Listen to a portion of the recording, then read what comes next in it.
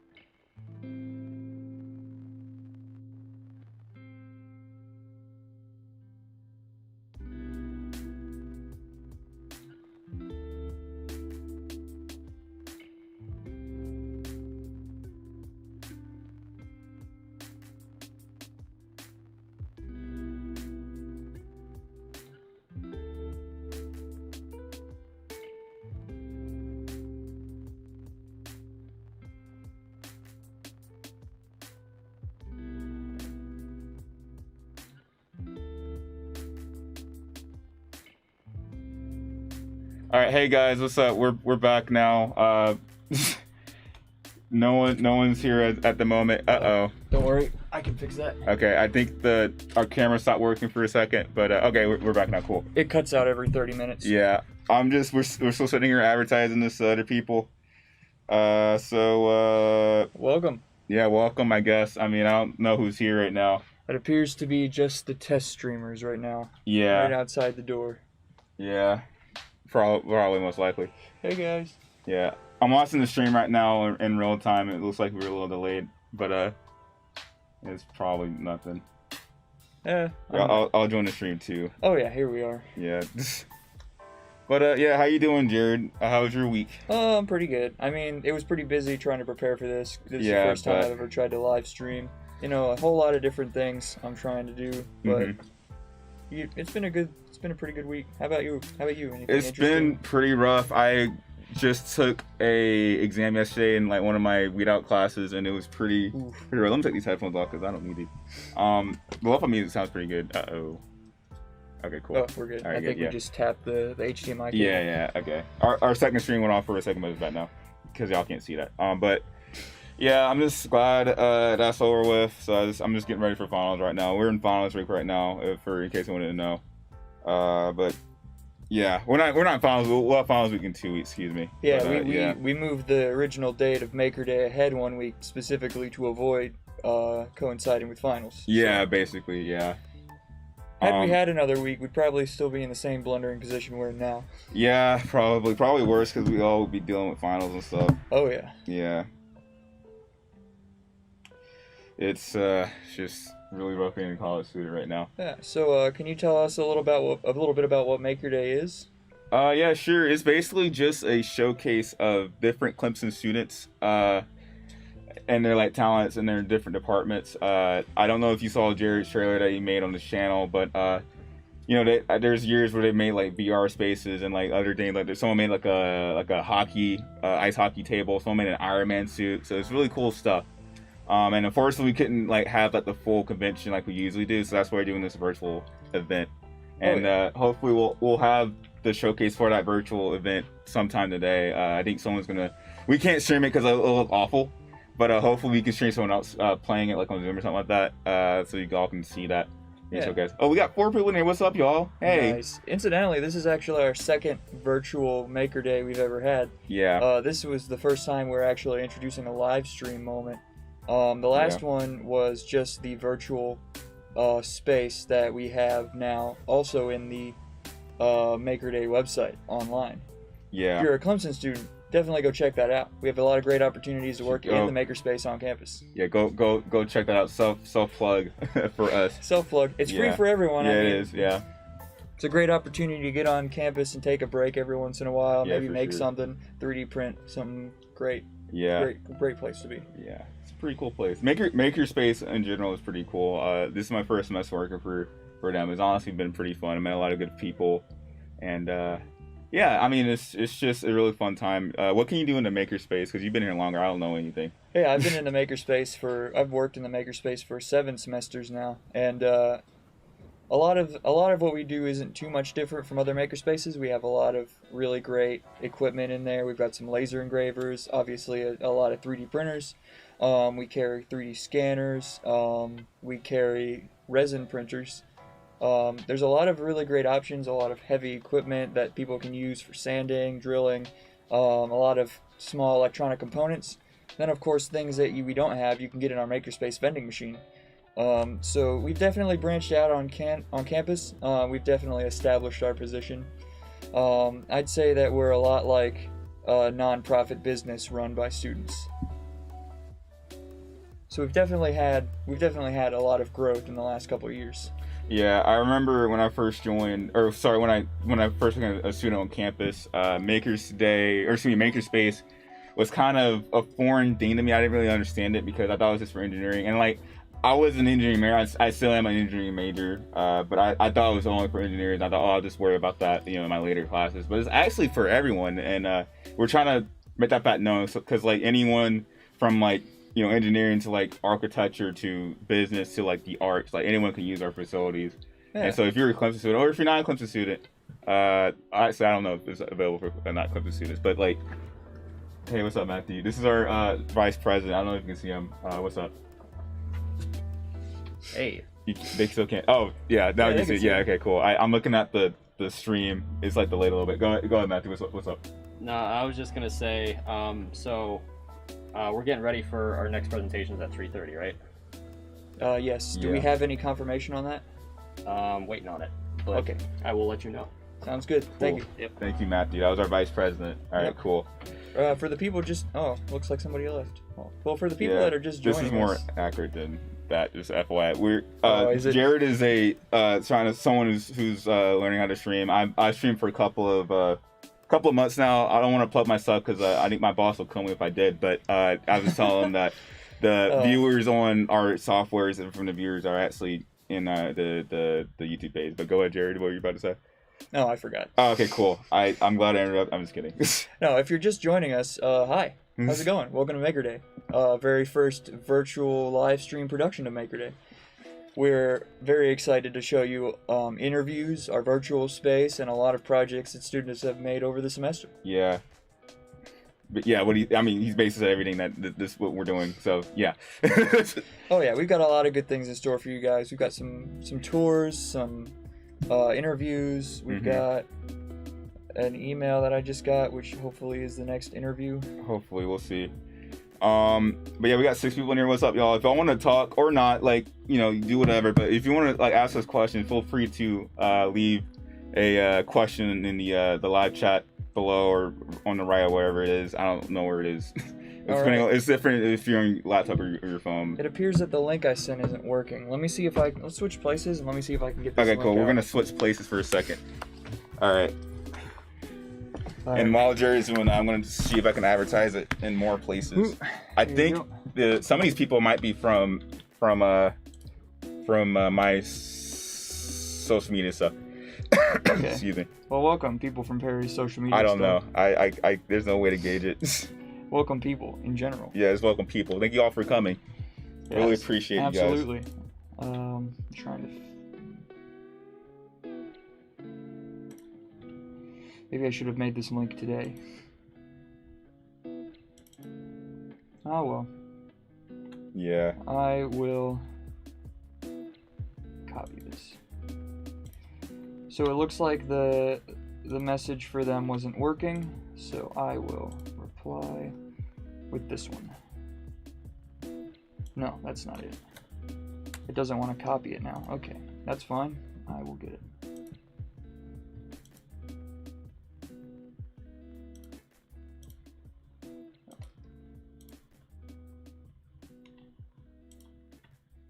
Just want to get this link.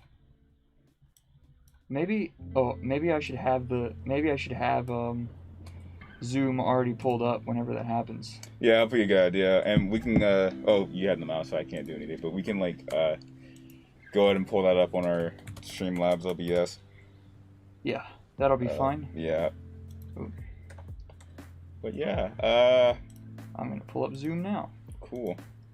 I'm just gonna enter it, and then we'll have. Hopefully that won't tank the live stream at all.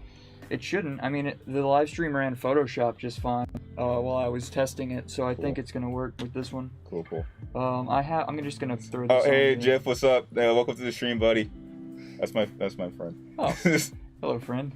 He like I like posted in the Discord, my Discord server like twice for people to join. He decided to join. Oh, we Appreciate got. you coming. Oops. We have how many people are in here? In the Zoom. Yeah, you should probably put that on the other screen. There we go. That's what I want. Ooh. Yeah. Oh, we have a couple of people in here already. I don't. Okay. Hang on, you mind putting it on the left screen? I can. Yes. Okay. And go ahead and you see on here, you go to monitors and screens, corner, whatever that is. Hey, can you hear me? Like on scenes. Right? This one. Yeah. So, right, click that. No, monitor and screens. Okay, cool. Okay. Yeah, there you go. Now press transition. Sorry, my Yeah, bad. Right, yeah, there you go.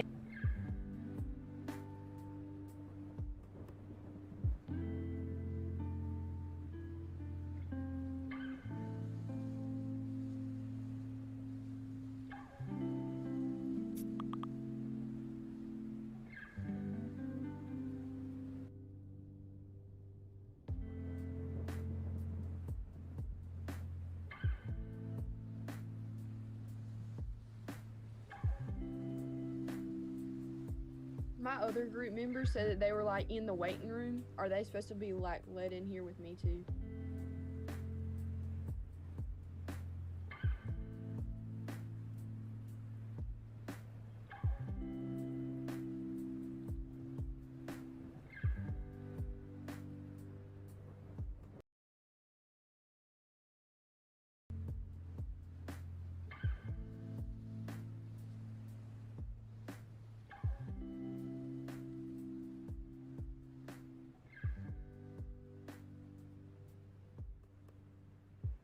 Okay, that's fine.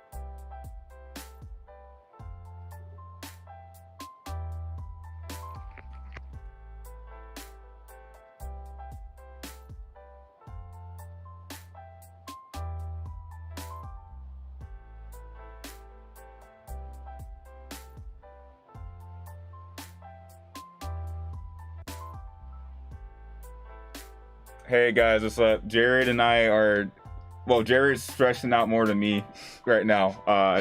This is true. Yeah, but we kind of had a lot of just unplanned things like come up, like the YouTube link and all that stuff is all messed up everywhere. So Jared's trying to fix that. So while he's doing that, I guess I'm just gonna talk and try my best to entertain you guys while we wait to get everything back on track. So yeah, I don't know. When I stream, I don't know what I usually do when I try to entertain people while nothing's going on. I usually just talk. I don't know. And I can't talk to Jared right now because he's busy. I don't want to distract him right now. So I'm just okay. Yeah. Trying to think. Okay, so Makerspace is a great place. I think we said this earlier, but we have more people in the stream now, so you guys didn't hear this. But Makerspace is a really fun place to work and to be. And am I unmuted? Can you check real quick? See if I'm muted. Yeah. Okay. Cool. Okay. Cool. All right. Yeah. So That would be awkward. yeah, it would be really awkward. Anyway. All right. So yeah. So Do you want me to mute the music? yeah, you can do it on YouTube. So like, or just turn it down a little bit. So yeah, go to This one? Yeah. I see. No, This the other one. Yeah, that one. Okay, yeah, this you can mute it there or pause. Yeah, that's fine. All right, cool. So now y'all can actually hear me. So yeah, no, Makers. Hey, what's up, Reggie? How you doing, man? Okay, so thank you for the question. That's a great question. This stream is basically just a replacement for Makers Day, because usually Makers Day is like a whole like live event where people are showcasing their projects and stuff like that. But because of COVID, we can't do that. So we decided instead, let's just make it all virtual. And last semester, we actually had an actual virtual event where people can walk around and like talk to people like that. But this year we decided to live stream it as well. So we tried to live stream the actual virtual space, but like in our test streams, but we couldn't really get that to work. It was like lagging. We could try it again. But I think this live stream's purpose now is just to interview people who made the stuff so people can look at that. And then, like, I think we should probably put in the link to the HUD space. Okay, I'm going to, I guess, replace Jared's seat. Oh, never mind. He's just checking for something. Yeah, so, yeah, sorry about it. Okay. Yeah, so we'll put in, like, we probably should put in a link for that virtual makerspace so y'all can actually go to it and look at it. Because it's really cool. It's a really cool little hub area where you can like look at people's stuff. What's up, Jared? What happened? Not too much. Okay. The new link on the website should work now. Okay, cool. Could you put the hub in the YouTube description as well so people can actually join that? Yeah, no problem. Can you do that like? I'm gonna do that right now. Okay, cool. So yeah, y'all can. Yeah, we're using my mic because the mics that are in this room, they're nicer, but we can't hook it up to his laptop because it's I don't know. Mac computers. That's just it's Apple's fault. We tried, but there's a whole software thing that doesn't work right. It's not gonna work. So yeah, we're using my $30 mic. Hopefully, I'll get this thing replaced soon. Hopefully before something. You might want to put in the description, like the actual description of the so like edit video. Yeah. I don't know if I'm gonna have enough time to do this. No, it won't take that long. Just copy and paste. Yeah. Yeah, so y'all want to join that link right there. You can like go into the Makerspace yourself, and we'll interview the people that have like presentations within that 3D space. So. Okay, I'm gonna try to do another interview. Okay. I'm gonna try to do a interview. Okay. So I'm gonna switch over to my screen. Awesome. All right. So yeah, Jerry's gonna go and interview our first presenter, and y'all let him take over and. Perfect. Yeah, I'll Let's transition. just get out.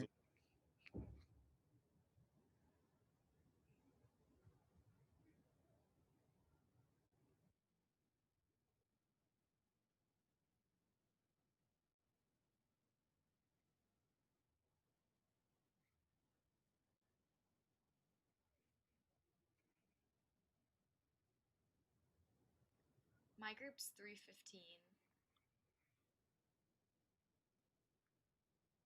We're the mobile vaccination bus.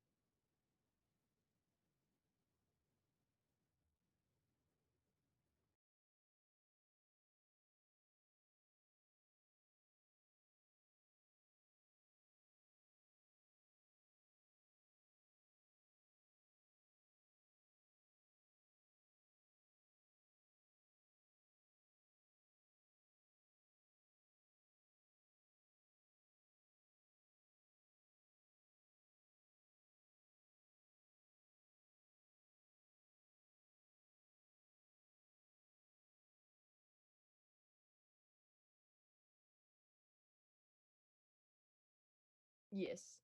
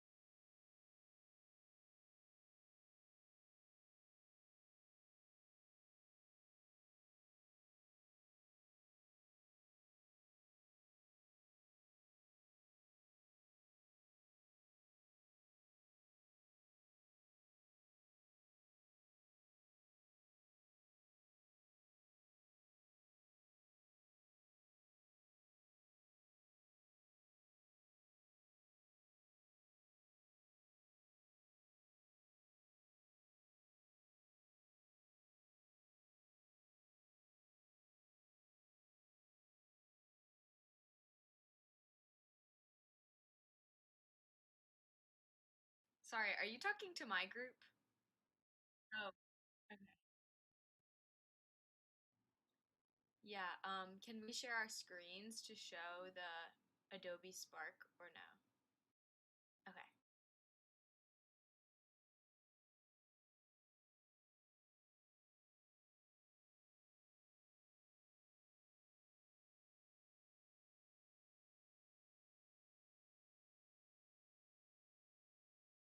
Okay, can everyone see that? Okay, awesome.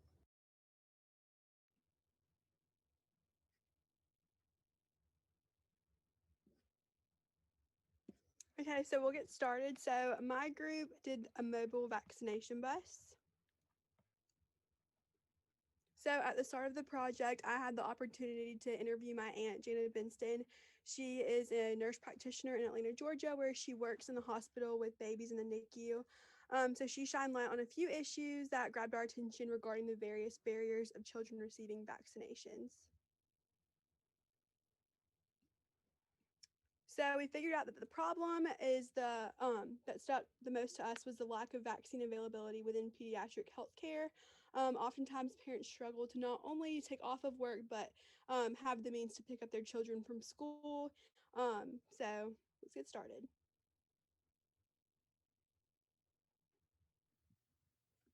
So our proposal for this problem was introducing a mobile vaccination bus that would allow easy access of vaccinations for children.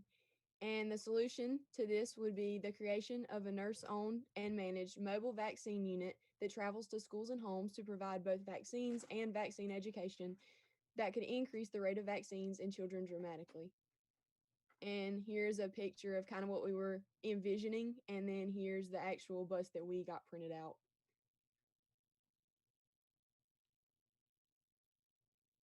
So the different points of view for the solution to this problem, we have the opposing points of views, which would be barriers and lack of access to vaccinations are not a major problem. Some statistics depict that since vaccination rates have increased dramatically over the past 20 years, it may not be as crucial as other healthcare problems. This attitude showcases why it is overlooked. People believe that within the healthcare industry, this problem is so minor that there is not a need to present a solution to it. So here's a point of view in favor of barriers and lack of access to vaccinations is a major problem within the healthcare industry that needs to be addressed. Numerous studies have been administered focusing on vaccination exemption rates, fears of vaccinations, and barriers to vaccinations. These problems are evident through global trends showing the parent or guardian's lack of trust and accessibility of vaccines. The percentage of kindergartners exemption rates in the United States has risen when entering into public schools. This percentage rose to 2.5% in the 2018-2019 school year. So, when coming up with the idea of a mobile vaccination bus, there was a bunch of pros and cons. So, one pro was that it allows children to get vaccinated at inconvenient places and times, such as school and home. So, the bus would travel to schools and to people's homes in order to give out the vaccinations so that the kids don't actually need to go to the doctor to get it. Another pro would be that it adequately informs people all about vaccinations. properly teaching parents and children about the importance of getting all your vaccines. So the nurse who's administering the vaccine on the bus would also be responsible to inform the families about vaccines and vaccine education. Another pro would be that there's no transportation costs for parents because this was a pretty big barrier. Um, they couldn't get their children there, so this is like a direct gets them directly to them. Another con would be that we need to find nurses willing to travel to the different locations to vaccinate the children because that would require the nurses to leave their location of work, so it might be hard to find people who want to do that. Another con would be that there could be a possible cost if healthcare insurance does not cover the cost of the mobile vaccination bus.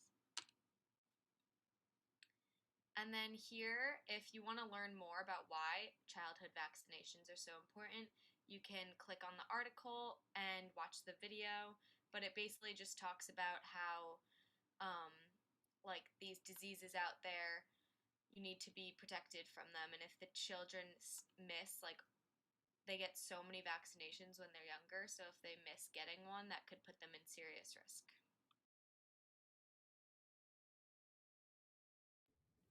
And so, just to sum up our presentation in our conclusion, we just state again that the creation of a nurse-operated mobile vaccine unit will create new ways for children to be vaccinated. This is because it will break down the barriers such as race, religion, lack of mistrust in vaccines, and most importantly, issues dealing with transportation. And so, therefore, children will be able to be fully vaccinated.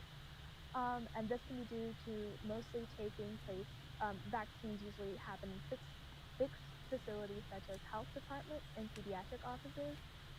Other barriers that this does not cover is high cost and the lack of motivation and the urgency of getting their children vaccinated on time. The research suggests that there is a problem in the distribution of vaccines that needs to be addressed. Change must be implemented to increase the rate of vaccinations in children and adolescents. The creation of a nurse-owned and managed mobile vaccine unit that travels to schools and homes to provide both vaccines and vaccine education could increase the rate of vaccines in children dramatically. So that pretty much just sums this up. And at the end here, we just have a little trivia if you want to go back and quiz yourselves on that. But I think that is all we have for you today. All right, thanks, guys. If you want to stay for a little bit, we might have some time for a few questions from the audience while we're trying to get the next presenters set up. So it seems like some people are prepared to speak now. Do you have any questions, Perry? I'm gonna be honest, I couldn't hear the interview because I was trying to work on these behind the scenes. But that's right. You can ask some questions, man, if you have any. Yeah, let me throw on my camera for the live stream real quick. Yeah. Okay, so I have a few questions. For one, I like the fact that for your project, for your bus, you decided to use the VW minibus. Was there any decision on why to use that one in particular?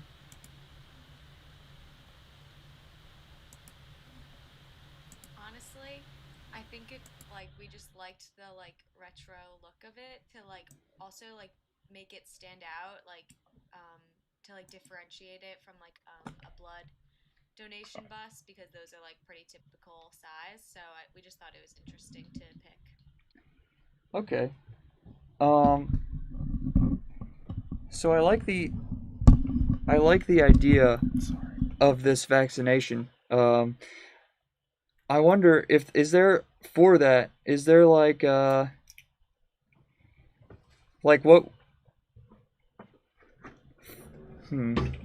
I saw the print you did, and I noticed was this a print that you've done in the Makerspace, or was that something that you've done on an individual printer? No, we actually met with a UPIC intern for the Makerspace, and she actually kind of talked us through which bus would work best, how best to print it, and everything like that. So we actually worked with them to create it.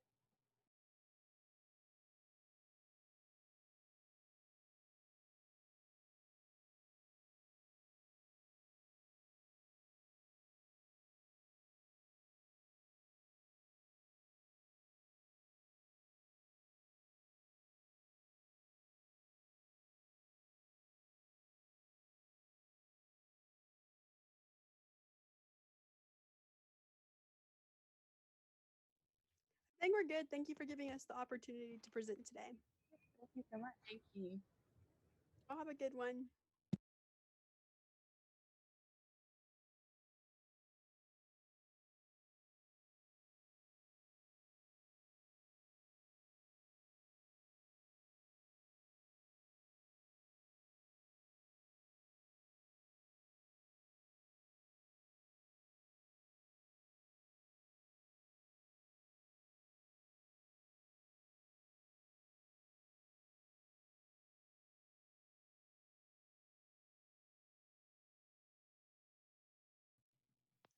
Good. How about Hey, you? hey, Jared. And I think we had another team member who was trying to enter the Zoom call. Yes.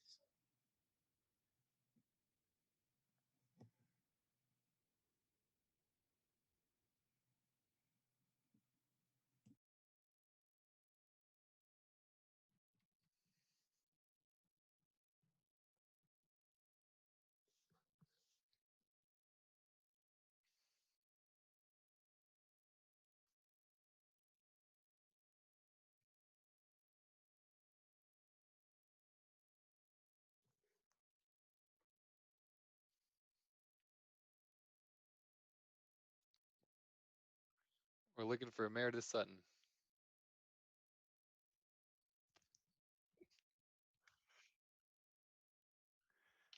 Hey, there we go. There we go.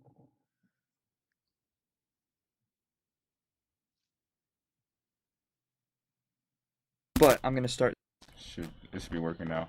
Oh, perfect. Yeah, it does it sometimes. Fixed. Okay, that's good. Okay, so, you guys want to tell us a little bit about what you guys have been working on? Yeah, let me share the screen real quick and then we'll get into it. Perfect. Let me know when Right.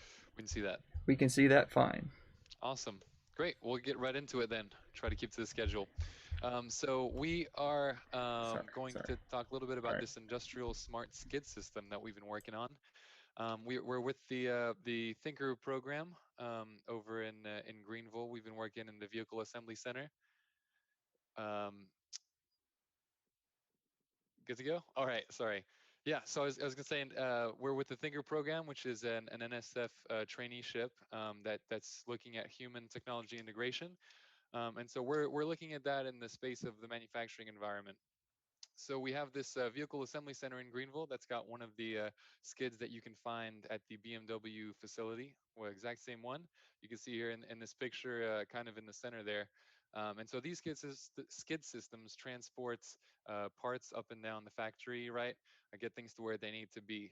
And the challenge with that is that when they're one right behind the other, if one of them were to fail, then that kind of shuffles things down the line, and you're not able to get the productivity that you would expect from your system. So, anytime there's anything unanticipated, that's going to be some costly downtime. So we took a look at adding different sensors to the skids in the system, so that we're able to monitor when things are going to go bad, and maybe preemptively be able to order parts and tell maintenance teams and operators, hey, something's going on. We need to pull this while we can before it causes any downtime problems. So Sully's going to tell you a little bit more about what that actually looks like.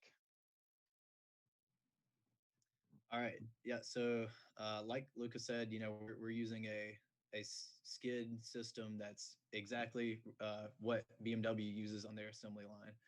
And so, as you can kind of see, you can kind of tell in our picture, the skid kind of has a scissor lift mechanism. So it lifts the car body up, and it also moves along the line in a linear fashion. So our kind of our first course of action for this project was to do a FMEA on the skid, and so that's a failure modes and effects analysis.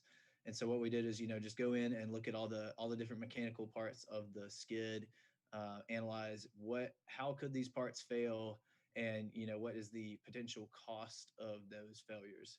And so from that analysis, we kind of determined which parts would be critical to monitor to help prevent failure.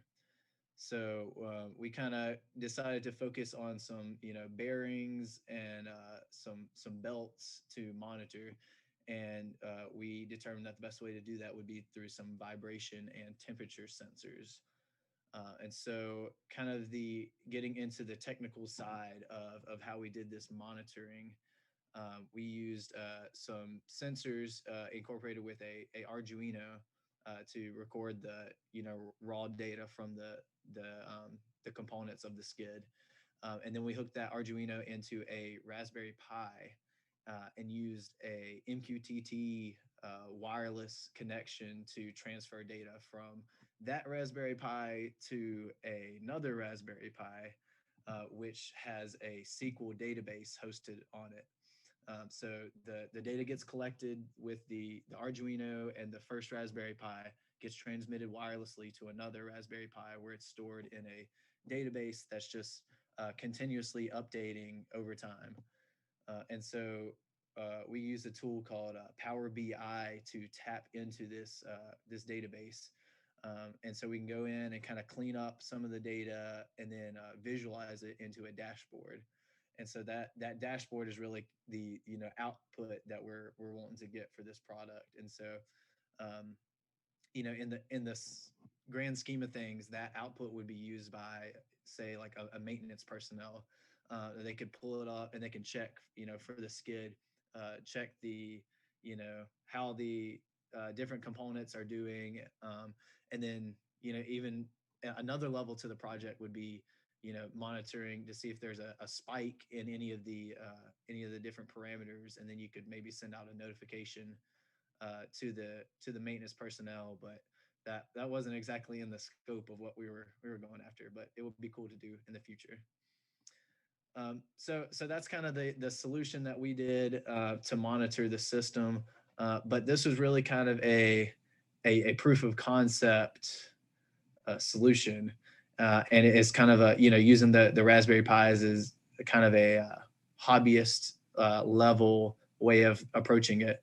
So ideally for industrial use, we would want to make the system a little bit more robust. And so what we'd want to do is tap into the PLC that drives the skid, and use some industrial grade sensors that are mounted to the skid that are then connected into the PLC.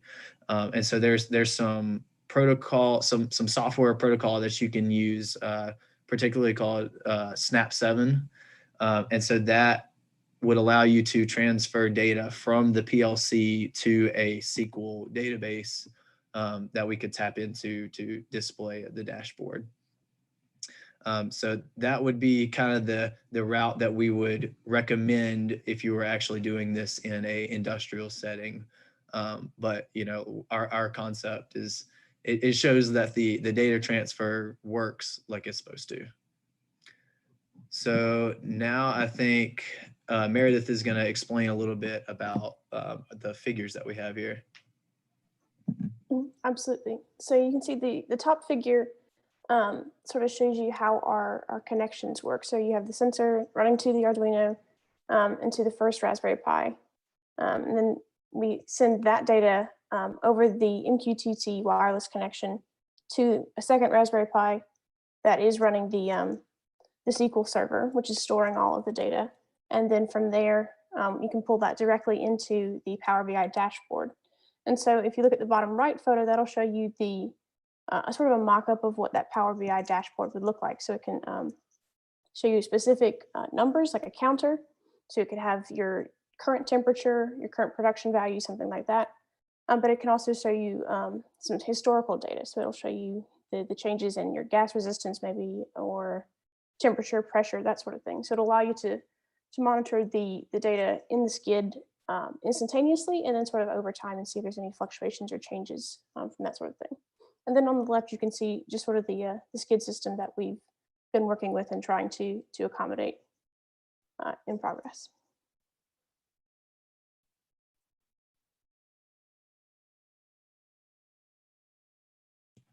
Yeah, and just to relate this back to everybody at home, this same kind of communication protocol can be used for a lot of different things, like whatever we were doing research on it and Googling how to do it, there is some like home security systems that people had set up using this same kind of wireless MQTT connection systems.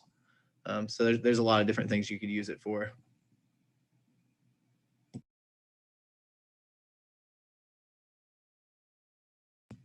Yeah, I think that's all we got. Oh, thanks. I have a couple questions. Actually, a couple people in the chat have a couple questions too, and I can ask you that while people are finishing up hearing this and probably typing their own questions. One question I got was, what do Raspberry Pis do? So a Raspberry Pi is, and I'm probably not going to be the best one to explain this, but it's pretty much a mini computer. It's about the size. I mean, it's a microcontroller size, so it's pretty small, but it has the capability to download web browsers and everything on it, and then you can also download code to it.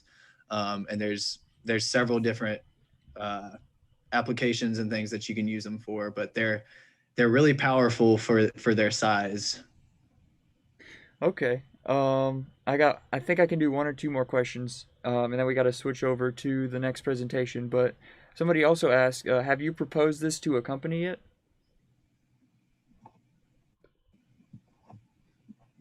What do y'all want to take that one?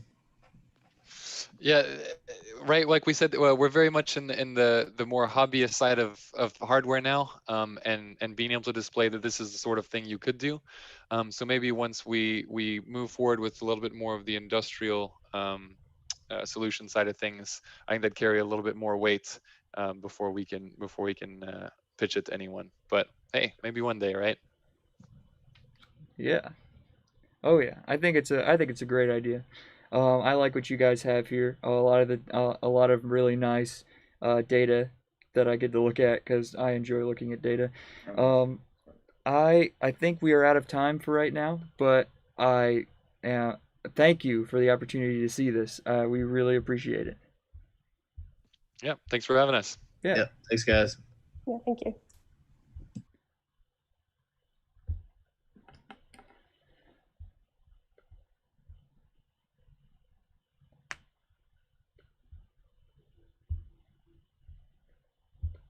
All right. Hey Sam, can you hear me? Yeah, how you doing? Can you hear me? I can hear you. I'm doing good. How are you? Good. All right. Thank you for being patient with us. We've had a little bit of technical difficulties in the beginning, couple of minutes. Hey, no worries. I know how it works. Oh yeah, but now we're all ready, and we're ready to hear what you have to present. All right. So how does this work? Should I just like share my screen with y'all and then present it, or? Yes, that would work. Right. Cool. Perfect. All right. Well, let me pull that up real quick. Get the screen share.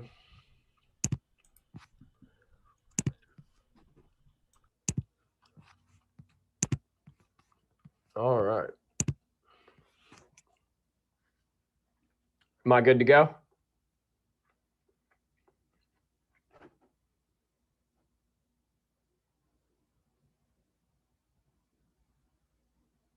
Am I good to start?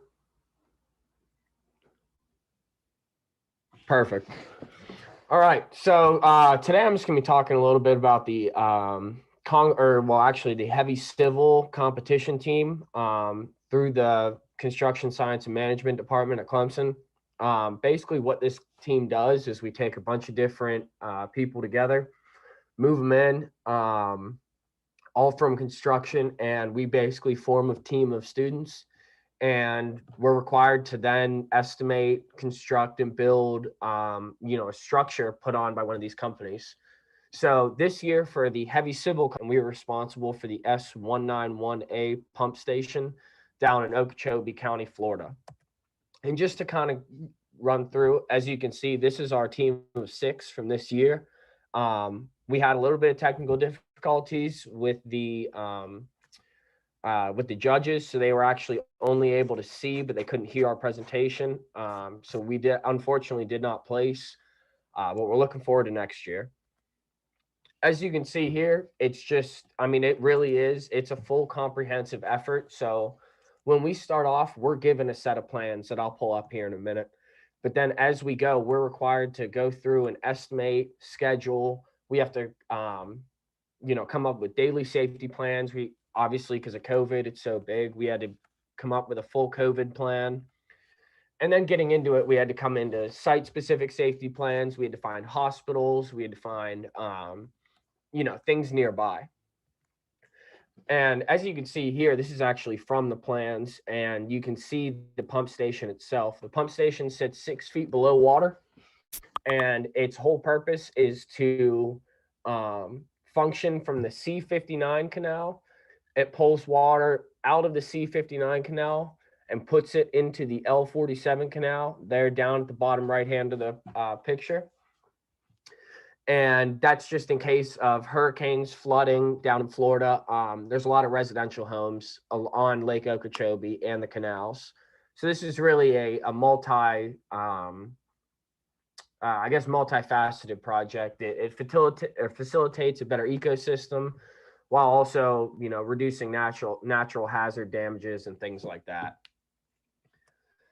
So you can see here, we actually had to deal with the Florida Department of Environmental Protection and the Fish and Wildlife Service. So we had to contact them and actually create a fake plan with them and explain, here's what we're doing and here's what we have to do. Then, as you can see here, we then create a site layout plan using Google Earth views of the site. We have a staging area, we have the main project site. And the big problem for us was, we have this big body of water in between the main project site and where all our materials are and things like that. So we really had to overcome that problem and really, kind of understand how we wanted to put this site, how we wanted to put it together, and how we would move materials, people, equipment, things like that around the site where they needed to be. So then here you go again, just a little bit more site specific stuff. You can see that we decided to do, kind of just like the main laydown area off to the side. And then on the actual intake structure, we have some connexes and things like that. What we're also required to do is spec out and price any equipment that we think we may need. And so for this project, we had one crawler crane, as you can see here. We had to spec that out for times, availability, things like that. And we were actually able to pick our own equipment. So it's very interesting. This project is actually already built, but then we're going in and we're doing it our way, kind of. And Kiewit, the company that put this on, is really looking at it and going, can we do it better next time? And so they were really, really happy with the way we put stuff together. We had a really great plan. You can see the crane lift plan right there. But from Kiewit, we really nailed the aspects of the project and things and how it worked and how it all needed to go together. In addition to the crane, we just had a couple of concrete truck pumps. And then the big thing that I want to talk about is the scheduling, and not really the scheduling, but just the overall, our team of 6 people came in and we had very, very limited knowledge, maybe one class in estimating or scheduling or something like that. And then we had some kids come in that had, didn't really have a grasp of construction documents and things like that. So it was really interesting. We all learned, it was a 1 week competition.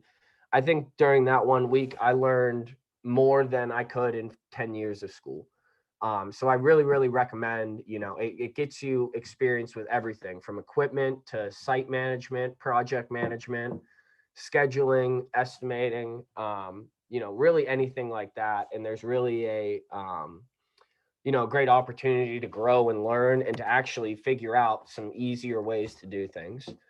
And so you can see here, just another piece of the project schedule again. And then we had our bid form. And so we bid the project at $4,550,000. That was actually $2 million lower than Kiewit had bid it. So we actually did beat them. But they're not necessarily looking for, oh, did you do better than us? It's more talking about how can we all improve construction as a whole. But yeah, so that's just a little bit of the background behind it. I also wanted to talk briefly about, the advantages to doing competition team. For CSM students out there, if anybody's listening, there is the advantage that we have of doing, several different competition teams rather than doing our capstone. And so the capstone, I believe it's 6 hours. Competition team, 2 semesters of that clears it up. So it really is a great opportunity. You meet some really awesome people, and you really you build a team, and everybody on my current team is coming back next year. So it's definitely it's something that you want to do, and obviously at Clemson we want to be the best. So that's something that we strive for. But yeah, that was just a little talking about it. I was actually wrong when I said we bid it at 4 million. Our final bid was 5.3, and so we were about $1 million below theirs. I think theirs was 6.5. But still, I mean, just a great job from everybody on the team. We all put our heads down and worked, 8 to 8 sometimes, throughout the day to get it done for a week. So it was a really awesome experience. And if anybody has any interest in it, you can either reach out to the CSM department and they'll let me know, or, you can email me. My email is Sam Collins. But yeah, no, that's about it. Just a great opportunity and a great reason to come in. Well, I guess I'll talk about this real quick. Yeah, I got a minute. All right. So basically within this, we are also required to do all of our pours. And so for a structure like this, we actually had 9 pours, I believe, 10 if you count pour 0. But we were pouring each individual wall structure and slab structure, basically right after one another. And it did require some crane restraints. We did require, or we also used some precast concrete and things like that.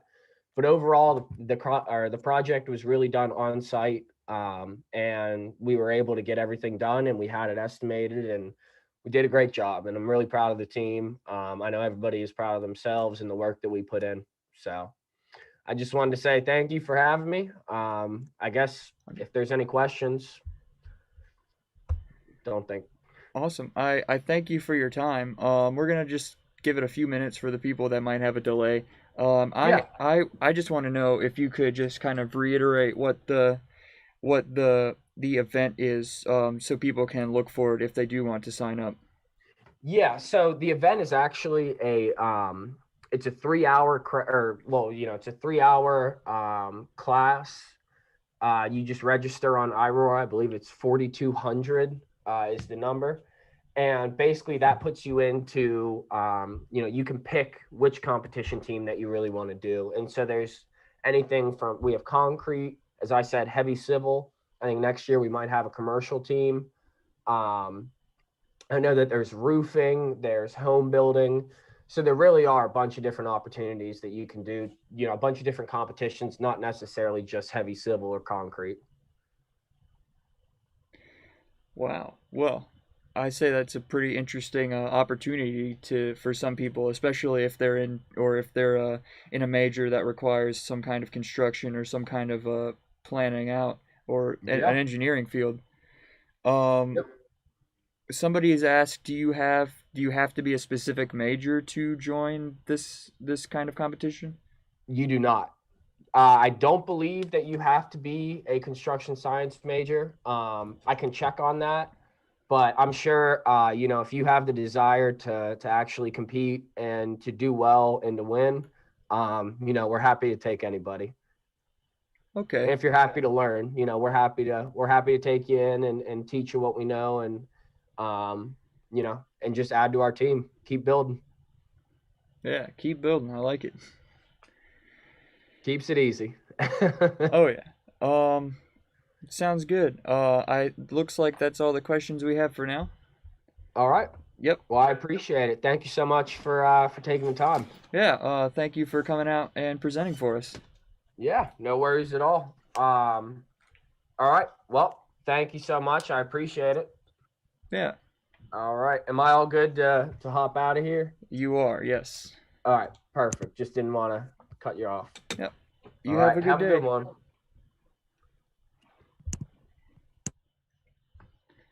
Okay, so our next presenter's on soon. All right, you want me to take over?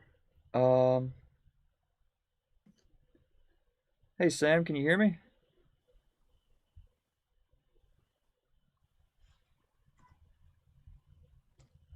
All right. Can you hear me now? Yep. All right. Do you want to ask some questions for it then? Yeah. All right, we're gonna switch out host for a second. For the live stream. I'm gonna let Perry come in and ask or do the hosting real quick. But how about you start telling us about what your project is and what it's all about? Yeah, so my project is for the construction science program at Clemson, and we get to compete against other universities around the country, like Sacramento State and Auburn University and Virginia Tech. Those are big name schools that we compete against, but we're given a problem statement of a building that is a concrete structure that needs to be built, and we're given a few days to come up with a bid package, which is a full estimate, a schedule, all our quality control practices, project risk management practices, and safety practices that we're going to do to successfully complete this project if we were awarded the job. So this is something that construction companies have to do every single time that they're bidding on a job. And so it's a good outlet for students that want to go and venture into that career path to get practice. And we're competing against other schools to try to come up with the best bid package in a way. So the company that sponsors the event this semester was a company called Baker Concrete Construction, and they're the judges, but we're presenting to them a project that they already did, and their judge panel is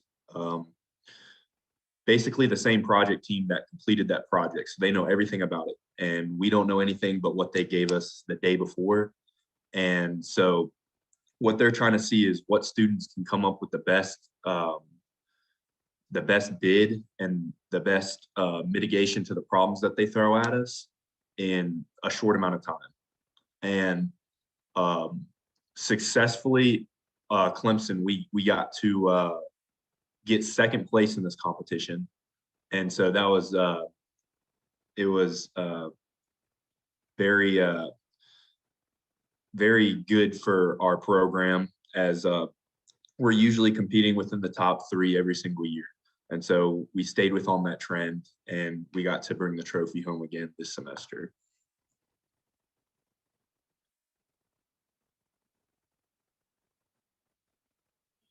I can mute myself over here. Okay. All right. Thank you, Jared. Wait. Yeah. All right. Thank you, Jared. I actually do have a couple of questions. How often do you guys compete? Yeah. So within our major, we have right now 4 competition teams that get to compete. One is a NAHB, which is residential home building. Mm-hmm. One is a heavy civil team, which is going to be more like highway structures, dams, and bridges. And then we have an ABC team, which currently competed this semester, 2, which is going to be a larger general contractor scale. And then our competition was the concrete competition, so just concrete structures. Okay. And each semester, each team gets the opportunity to compete. And typically the heavy civil and the concrete competition are going to be held in the fall semesters, but because of COVID last fall, they're still trying to tune in how they did it. So yeah, I was about to ask that. Sorry. We were able to do it virtually this semester, but they had to get through those details and everything. Okay. Yeah, COVID kind of messed up everything. So like, so you basically were giving a task and you had to build something around that task. Whoever built the best thing, you know, won the competition. So like, how did you do that virtually? If you didn't like say that already.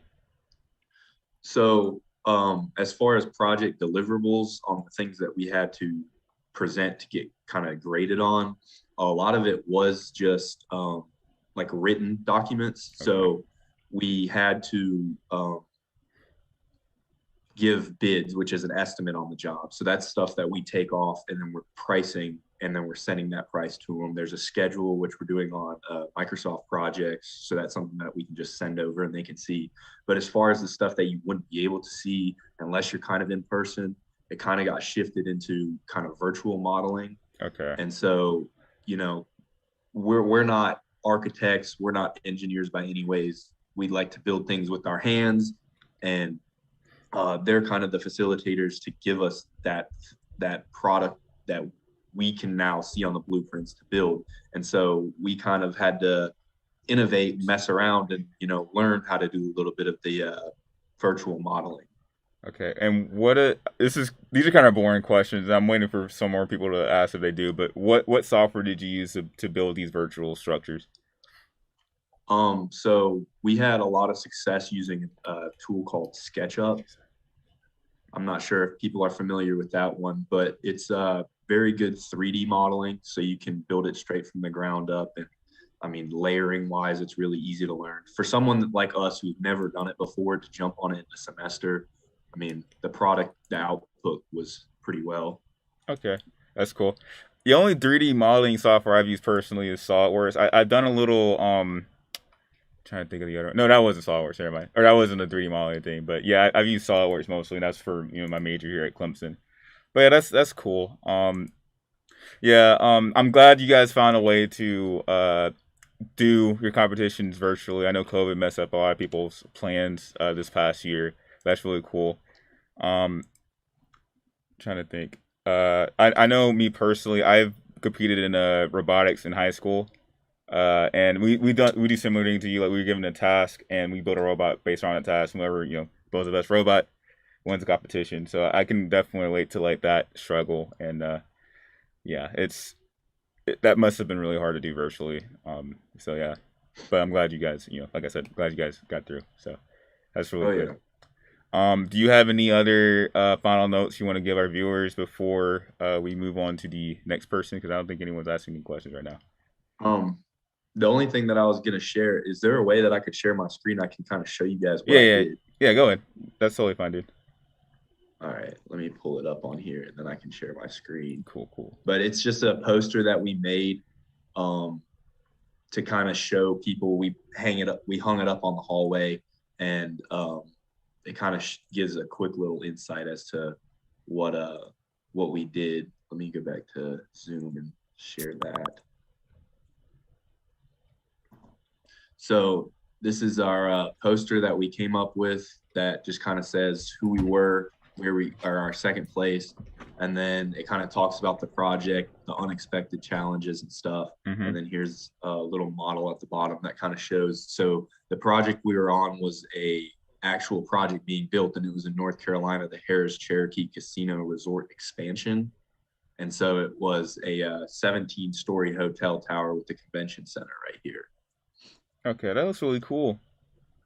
Yeah, and then here's just some more of like the deliverables. We had to submit our proposal, and so this is just a 60-page document that outlines our estimate and our scheduling and how we're going to be safe on the project and how we're going to mitigate quality control and project risk practices. This kind of shows you the sequencing that it's going to take to form, pour, and strip concrete. Mm-hmm. And then this is what a typical hotel slab plan is going to look like, and how this is something that we had to come up with and show as far as, all right, this is going to be one pour, this is going to be the boom that's going to place the concrete, and then this is going to be the second pour. And that was typical throughout the hotel structure. The convention structure was a lot more intricate, so it was a lot harder to do, but the hotel structure is pretty simple. But yeah, that looks like a very... sorry, that looks like a very well made hotel. I didn't mean to interrupt you, man. I'm sorry. No, you're good. But yeah, that looks really cool. I'm not a huge architectural person, but I know our president will probably be geeking out about this because she's an architecture major, so she would probably yeah. be more well versed in this. But this looks really cool from an outsider. This looks really cool. So yeah, good job, guys. You guys definitely earned the second place. Thank you. Yeah, no problem. Absolutely. Yeah. So I don't know if anyone. We'll wait a little bit for the delay because I know a lot of people might be on their phones. There's like a little like a 30-second delay when you're on your phone. Yep. But yeah, I can't think of any questions. Do you have any questions, Jared? I believe I'm good. You good? Okay. We'll give it a few more seconds. But I don't think anyone's gonna ask any questions. But yeah, if we don't get any, oh yeah, Chrissy just our president just responded. Heck yeah. So yeah, she heard my comment about the her geeking out about all of this. But yeah, do you have any final thoughts before we move on? No, just if anyone's interested in this kind of thing, this is a construction science program where we're facilitating all the competitions, but other students are welcome to compete with us. I know other schools like Auburn in the risk and finance portion of it, they have other students. So if anyone's interested, that's something that they can reach out and compete in. Okay, yeah, for sure. Well, hopefully more people will be interested now that you came in today. Thank you for spending time with us today, Sam. Yeah, no, thank you. This is very impressive. Like, this is really cool. Yeah, I hope you have a good day, man. Yep, you too. All right, bye. We should have another person in the waiting room ready. Okay, how do I access that? Go to people. People. Participants or people? Participants, sorry. You're good. And then you'll just have to admit that person. Okay, cool. All right, next up we have Natalie Claypool. So she'll be presenting her thing next. Hello, Natalie. Hi, how are Hey, you? doing good. How are you doing? Oh, you already said you're doing good. I apologize. I'm tired. It's been a long day. Yeah, it's been a long week. We've been prepping for this like all week, and we've all been busy. But yeah. So what are you here to present today? Yeah, so I have a PowerPoint is like the format, and then I'm presenting on my interdisciplinary honors thesis in psychology and Spanish. That's essentially on COVID-19 adverse childhood experiences and how that affects Latinx child development. That sounds really cool. So yeah, I can't wait to see it. You want to print your screen so we can all view your PowerPoint? Absolutely. Cool. All right, can you see that? Yes, it's loading. Yes, we can now. Yeah, it's up. Okay. So I'm going to let you go ahead and take away. I'm going to mute myself, and yeah, go ahead. All right, perfect. Thank you. No problem. All right, so hi everyone, I'm Natalie. Thank you so much for, even though I can't see you, for virtually watching. And so I'm again presenting on my interdisciplinary honors thesis on COVID-19, ACEs, and Latinx child development. And so the purpose of this project was I wanted to be able to analyze the COVID-19 pandemic as an adverse childhood experience, as well as to analyze whether or not the ACEs framework is actually inclusive of the experiences of Latinx children in the United States. So just to make sure we're all on the same page, I'm going to go over a few key terms just so that it makes sense if I mention them later on. So Latinx is just a gender-neutral alternative to Latino or Latina. ACEs, which are adverse childhood experiences, are traumatic events of childhood that includes different forms of abuse, different forms of household dysfunction like divorce, separation, domestic violence, mental illness, substance abuse, incarceration, as well as neglect, both emotional and physical. And then last but not least, toxic stress is essentially a consequence of ACEs, and it basically refers to stress that is intense and long lasting without any sort of relief. So that has really negative effects on development as well as some long-term outcomes like health outcomes. So the first part of this project in general was I just wanted to look at COVID-19 through the framework of ACEs, just kind of analyzing how COVID and the pandemic has affected kids, and just going through the ACEs one by one. There's 10 that are used to kind of encompass all experiences of adversity and see how we can analyze COVID in general through that lens. So to start off, the first category of ACEs is abuse, emotional, physical, and sexual. And so just kind of looking at the ways in which COVID has affected kids, A lot of it has to do with the increase in parent stress. So this is just in general leads to higher risk of emotional abuse and physical abuse. Also, kids being isolated at home because of school closings and just distancing in general has led to a decline in mandatory reporters. So this abuse is not only happening at higher rates, but also having less of a stop to it with mandatory reporting. And then also, again, just kind of stay-at-home orders in general has left kids pretty isolated in situations of abuse if they were already occurring before the pandemic. The second category of ACEs has to do with household dysfunction, so divorce, domestic violence, an incarcerated relative, mental illness, and substance abuse. And a lot of these are going to be connected to each other, so if I repeat myself, that's why. But a lot of what has to do with divorce, separation, and domestic violence are just kind of statistics we've seen in general, where because of adult stress, there's higher rates of conflict and violence, both domestic and just within the household in general. And so also just, again, it's all of these increased stress, and staying at home, again, isolates both victims of abuse and children who are observing abuse in these situations. As far as incarcerated relatives, different prison restrictions as far as visitations obviously have been really limited because of COVID. And we've also seen a lot of data that mental illness and substance abuse have been affected in all the worst ways because of the pandemic. Both are on the rise, and those are, again, experience of adversity.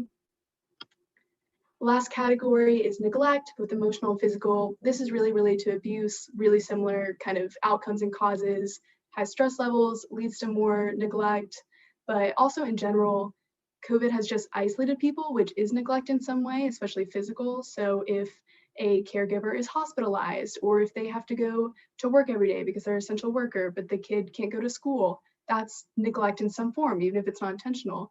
And also caregivers have died, and there's children who are left without caregivers in general. So again, just this is a way that we can kind of analyze COVID and how it's affected child development in general.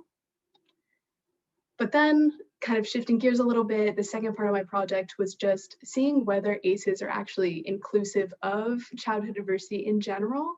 So Latinx immigrant children are a great example of that, because the adversity and toxic stress and trauma that they experience just is not shared by other demographics, especially with, you know, the different pressures and stresses that are placed on immigrant families.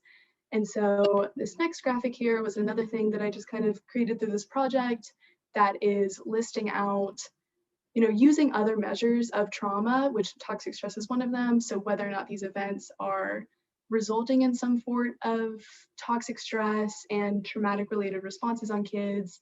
And as you can see, there's a lot of them. So there are a lot of immigrant experiences, especially Latinx immigrant experience, that are just not covered by ACEs. So ACEs are not a perfect framework to measure adversity in general. And so discrimination, fear of deportation, documentation status, anti-immigration policies, and then just immigration rates and separation in general. Obviously, you can see to the right here, there are a lot of really negative effects. And so this just kind of demonstrates how important it is that, you know, it's not just like kind of saying, oh, ACEs are doing a bad job, but this is showing how important it is that they do a good job, because we really need these kind of things to be detected so they can be treated properly. And so just kind of, so I don't leave it on a super negative note, these are just some recommendations and guidelines in general that was supported by research, or that I personally found that they would be really effective. So using trauma detection techniques that are not reliant on solely ACEs. There's kind of a movement within the pediatric field and the mental health field to start integrating ACEs into primary care screening. And that is really great, but it also isn't necessarily inclusive of all experiences. So things even just like open-ended questions where you're not asking, you know, have you experienced XYZ, but what have you experienced that causes stress in your life? That's one way that can be effective. Developing treatments that can kind of negate or prevent these long-term impacts. Really just not easy, but really clear one is through responsive supportive adult relationships. That is just a really great kind of indicator of having resilience and getting through some of these experiences of trauma. Also just in general, reconceptualizing childhood policies and also strengthening early childhood foundations to address inequalities in disease susceptibility, adverse childhood experiences, and health outcomes, because these are all really interrelated with adversity in general.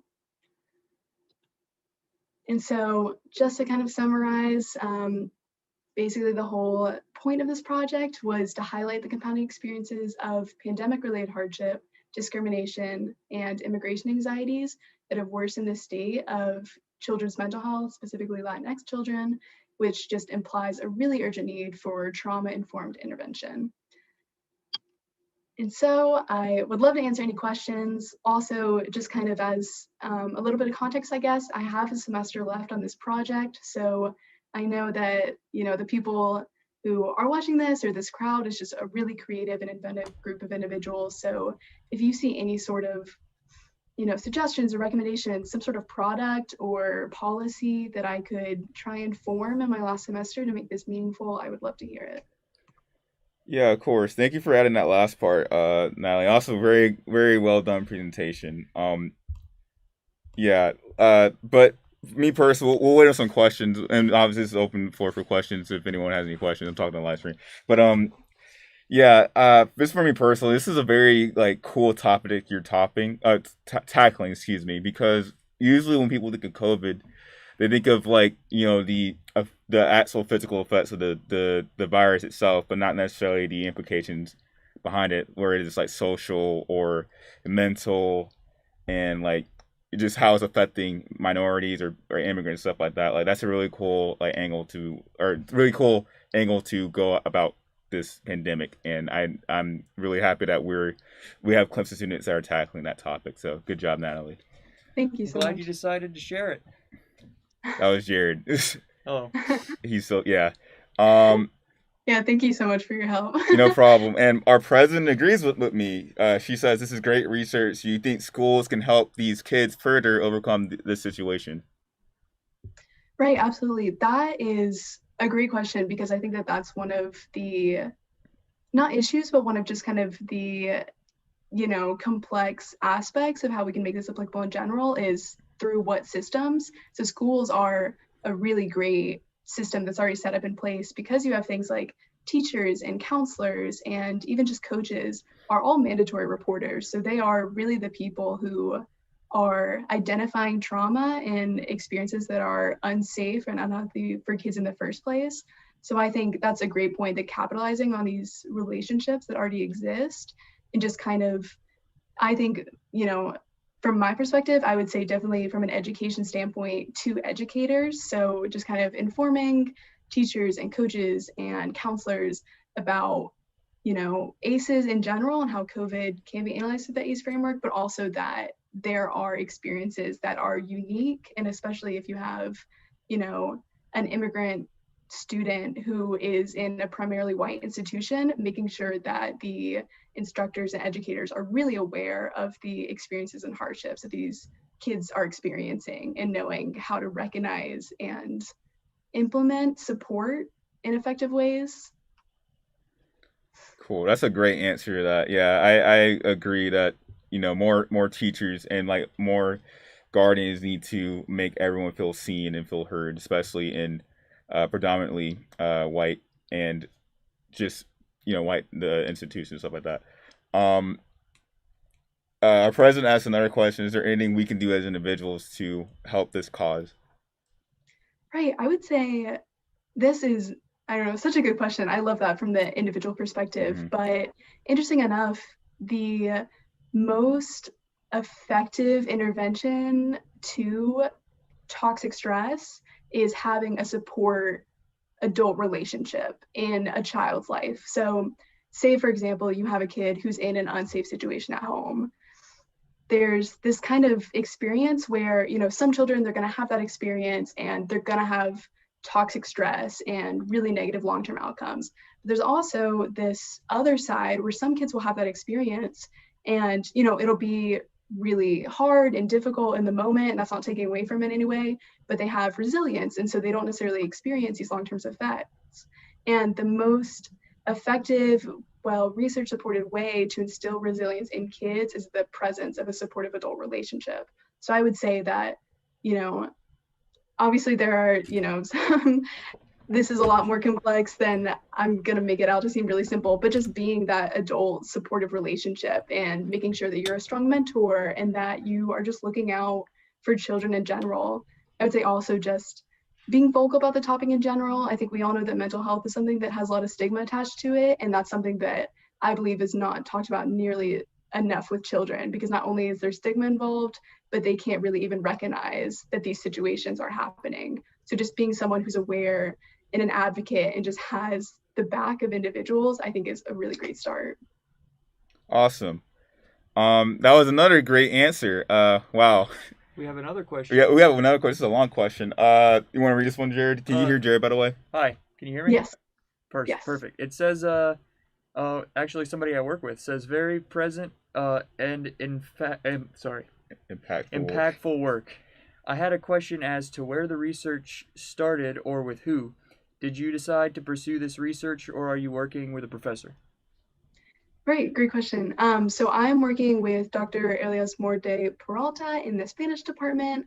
She is so wonderful, has been such just a great help. And so we just kind of partnered up with this for my interdisciplinary honors thesis, which is through the honors program at Clemson, just a research opportunity in general.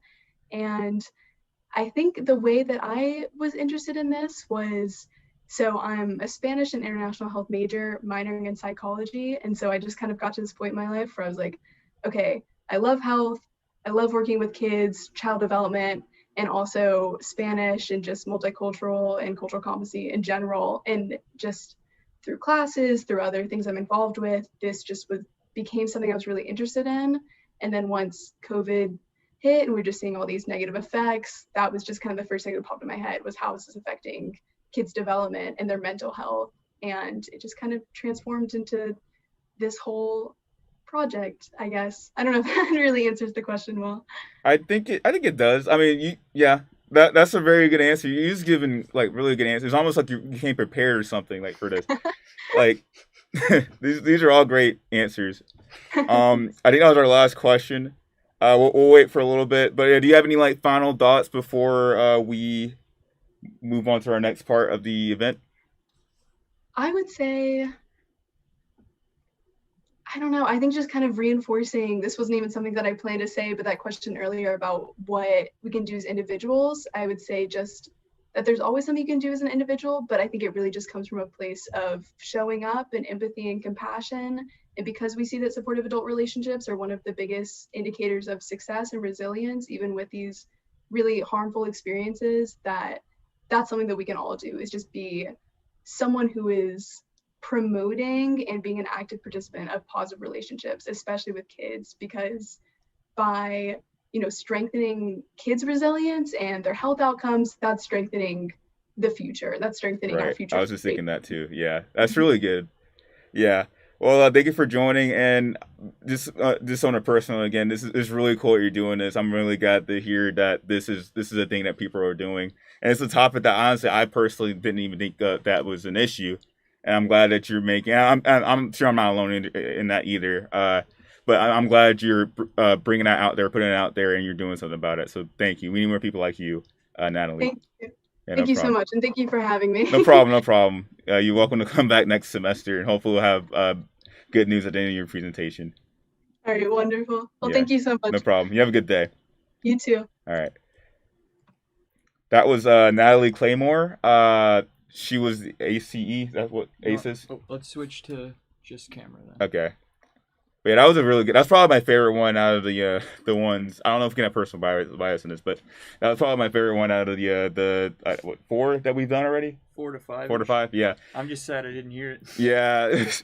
Honestly, I can send you the Zoom link or me the Zoom link so we can both kind of hear at the same time. I think it should be a recording, so I'll just be able to watch it afterwards. Okay. I mean, like just like in real time right now, like so we can both kind of like hear it.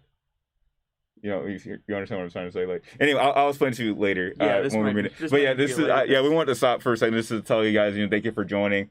I know a good chunk of people probably left, but if you're still here, thank you for saying. Even if you're Chrissy and Matthew right outside, thank you for saying. We really appreciate it. It's time for shout outs. Yeah. Thanks for the Makerspace. Thanks for the Adobe Digital Studio, actually, to let us use this space for so long. Yeah, thanks Clemson in general. Yeah.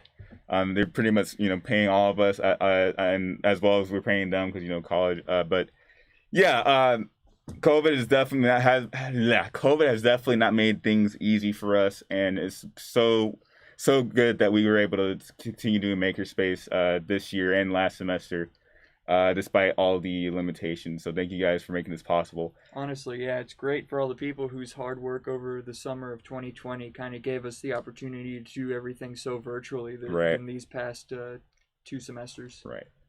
Yeah. So yeah, cool.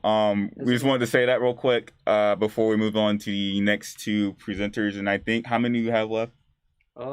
We don't have too many more. We should be about halfway through if my estimation's correct.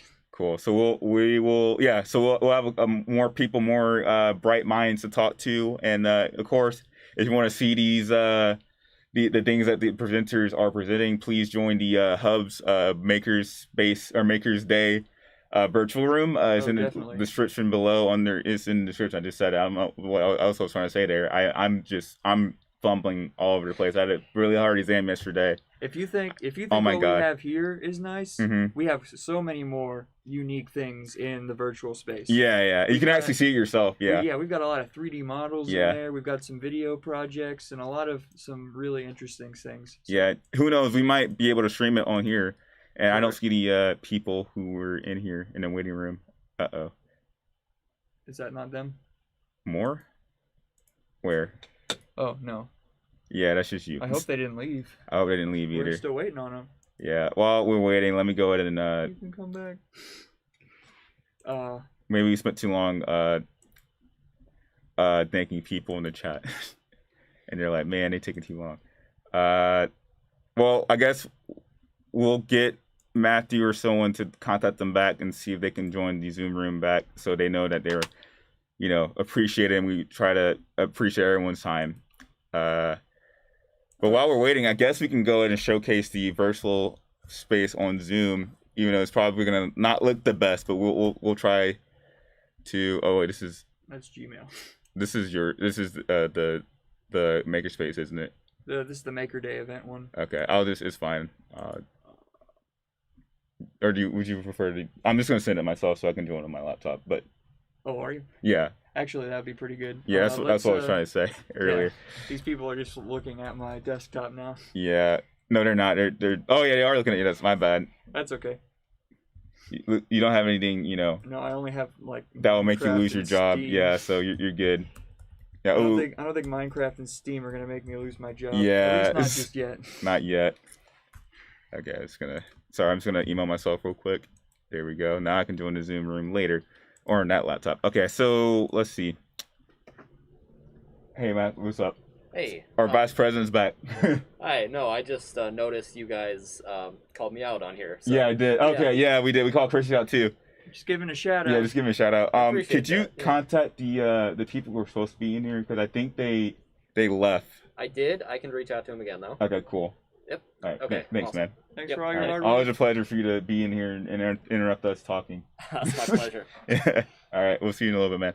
All right. I guess we'll showcase off the hub now, while we don't have anything to do. Yeah. As soon as I can find, I probably should just open it on the website, right? Or I can, you can open it up on if you open it up on the website, you can show everybody who's watching how to do it. Yeah. Oh yeah, I could do that. Yeah, that's a good idea, Jared. So let me do that now. Hang on. There it is. All right. That's a Google form. There it is. Okay, cool. All right. Just open a new tab and go to cumaker.space. Duplicate. That's the Wix editor. Oh. You want to go to the website. I said I did deduplicate, didn't I? Yep. What's it called again? And now let me move it over here. Yeah. What's it called again? You go to cumaker.space. Okay. So go to cumaker.space and then you can either if on the front page, you can either click on that X icon right there, or you can go to the home tab and click Makerday 10. Yeah. Also, by the way, I don't know if I knew this, but Jared made this awesome website. So props to Jared for putting this all together. Oh, thank you. Definitely cannot make websites like this. I'm gonna pull up the OBS on this okay, go ahead. this screen real quick, just so we know what's going on. Yeah. Okay. Continue. Cool. Okay, Matthew just said he's reaching out to the 430. It's still on the camera mode. That's why. Oh yeah, y'all can't see anything. That's hilarious. That's fine. We can start it over pretty easily. Yeah. So monitor screens. That's hilarious. All right. Perfect. Well, now we're in the space proper. So okay, where is it again? Oh, enter make there it is. Okay. Okay. Well, you wanna on the front page you wanna click the X icon. It'll have that. It'll just look like that X. Oh, okay. I thought I did that. Sorry. Maybe we should start over. Okay. Sorry, because no one saw anything. So click on the X icon. This is that page you just saw was the main page, the main makerspace page. I'll go back to it just in case. So yeah, this is the main page right here. Very nice, well put website, and then you click on this X like Jared said. Yep. Okay. X marks the spot. Yep. And then now what I do? Now you go to enter Makerday X. Okay. Which is that Google form I just opened. Yep. Okay. All right. Now I say what my first name is. I'll just say my actual name, Perry. I guess I am. Oh no, yeah. I didn't see. I saw staff and faculty. I didn't see student. I'm definitely a student. Okay. Not forget. Gee, I'm just giving away all my information. I mean, an email. Yeah. I'm just gonna get a bunch of spam email from like random people. From all your fans. All my fans. Okay. And now I can click on the Makerday virtual space, and it's about to load. And here it is. All right. So there's a link to the YouTube channel, Hub's custom avatar, and then we have the virtual space right here. So you can. I'm not gonna do all of that. I'm just gonna go and jump into the virtual space, and hopefully I won't suck at this. I mean, it's not like an actual video game, but it's like moving is kind of weird for me. I don't know. I feel like if I played more PC games, I probably would be a little bit more well versed in this space, but I do not. I think the only PC game I've ever played was, well, not ever played, but the only PC game I put time into was Persona 4, which is not a PC game at all. It just got ported to Steam like over the summer. First PC game I ever played was The Elder Scrolls 5. That's probably more suited for PC than Persona 4. I don't know. On the potato PC I had at the time, it was not. I got you, yeah. Honestly, mine could barely run Persona 4. That's probably weaker, or like takes up less space than Skyrim or Elder Scrolls. Both, actually. Probably both combined. Any Elder Scrolls game. Yeah, any game, Elder maybe. Scrolls game, yeah. But, yeah, I don't know if anyone knows what Elder Scrolls is. I don't know if people are gamers, but I don't know. it's a video game. We're talking about video games right now. Yes. Just like this thing. And also, this thing's, yeah, we're running to the light that I was talking about earlier right now because it's taking a long time to load. But yeah, that's what I was worried about. yeah. Honestly, this is something to do right now until we get more people to join us. Is anyone in the waiting room? Nope, not yet. All right, well. Can you go back to the Makerday hub in the website so we can see all of who's supposed to present? Yeah. Because we have a whole schedule of them. Oh, here it is. Yeah, and we'll see kind of who was supposed to. Which, of course, this is still kind of a workaround-ish schedule because we kind of started late. We started a little wonky, but we should be on track now. Yeah. Okay. So Natalie just presented. So the next person that's supposed to present is Samuel Diesel, and he was in the waiting room, but I wasn't able to get him because Natalie was talking. So we're waiting on him now. Yeah, we're waiting on Sam. Okay. Sounds like an interesting project, though. I'm excited to see what he's got. What is it again? I didn't see it. It's like a concrete project. Oh, concrete company. That'll be cool. Yeah. Hard surfaces. All right, Hubs, you can do this. All right. What was that? I don't know what that is. Oh my god. Yeah, I think it's like your laptop is struggling to stream and. Thank you, Matthew. Guys, you can explain that, Jared. If you go to the virtual hub space, there are 4 images scattered throughout the hub space, and they're all just images around Clemson's campus. If you find they're hidden. If you find them, you can press G to activate fly mode in it. If you find them, you can click on them, and it'll take you to a link that you fill out. If you find all 4 of them, you'll be entered into a drawing for a Amazon gift card. $20. Ooh, Amazon, I use that a lot. Oh yes. Imagine all the 4 for 4s you can get with that money. Well, does Amazon deliver Wendy's? I don't think so. That's just the financial equivalent. You know? Yeah, I understand. Yeah, it was just like it was a weird. I mean, I get it, but it was like, I get it. It was a weird comparison. Yeah, you're fine. You're fine. I mean, everyone compares everything to 4x4. I never get it, so that's why I find it as weird. I'm the weird one in this situation. Are you able to join without the mic? Oh, I can mute myself. That'll work. Cool. So yeah, this is the hub space. And it's working. It hasn't exploded yet. Yay. I am pleasantly surprised. Yeah, me too. Oh, I'm drifting. Look at me just not playing this right. Anyway, here's Hardhead. That's probably a user. Hello, Hardhead. Welcome to the stream. So what kind of things we got around here? It looks like there's a lot of good 3D models they have on display. Got some pictures of the Cooper space. And I am... This is very slippery. Hey, also, there's a link in the Makerday X page to your own avatar creator if you want to get creative. Yeah. I personally like those kind of things. I think our Trey made one for me. I haven't seen it yet. But yeah, it's pretty cool. I'm struggling super hard right now. This is very weird to control for me. I'm still surprised it actually works. Yeah, I am too. Yeah. Oh, we got a little teddy bear. Let's see what that's all about. If I can turn, there we go. All right. If you went to the last virtual Maker Day, it was very similar, but I think this time around we had a little bit more experience and we already had the space made, so we've definitely been able to step up our quality game. Yeah, and who knows? Like maybe if we go back to normal next semester, we'll still have a virtual Makers Day. I think this was a really cool idea, and I think we could. I think it'll be a good idea to continue it. If it's the in-person thing that people are discussing, which is not confirmed yet, we still may be able to do a traditional Maker Day alongside a live stream of some kind. Yeah. We could have some on-site people, Yeah, I think this was our first presentation. It was. The mobile vaccination bus, which that's a really cool idea. I wasn't able to hear this, so this is cool. This is probably the presentation that they had earlier today. Yeah, this is pretty cool. Yeah, that was when I was starting to host. Yeah. Oh, there's the ACC. Nice. Yeah. And there's whoever took the 360 photo of this little courtyard out by Watt did a really good job. Yeah, they did. Is this not Google Maps? I thought this was Google Maps. No, it's Mozilla Hubs. Oh, okay. I mean, like, no. I mean, like, I thought the picture was Google Maps. Like yeah. I don't know that one. Yeah. I mean, it's so impressive. Like, it's almost like I'm actually, 5 feet away from where I am because it's like right behind us. Hey, I'd say since we have 10 people viewing, we actually maybe not. I was gonna say maybe we could get them started on the Easter eggs by giving the first location. I don't think we should reveal the Easter eggs. I think they should find out on their own. I really want them to start finding them. Yeah, because like $10, I think it's $20 Amazon gift card. That's something that I wouldn't pass up on. I'm pretty sure it's 20. Yeah. 10. I should have told people that in the Discord, so I forgot we're doing that. That might get people to actually join. Shoot. I mean, they're so young. I mean, I'm happy for our 9 loyal viewers. Yeah. How long will that be available to everyone? Like, how long do they have until they can to like enter or like find the Easter eggs and stuff into the competition? Do you know?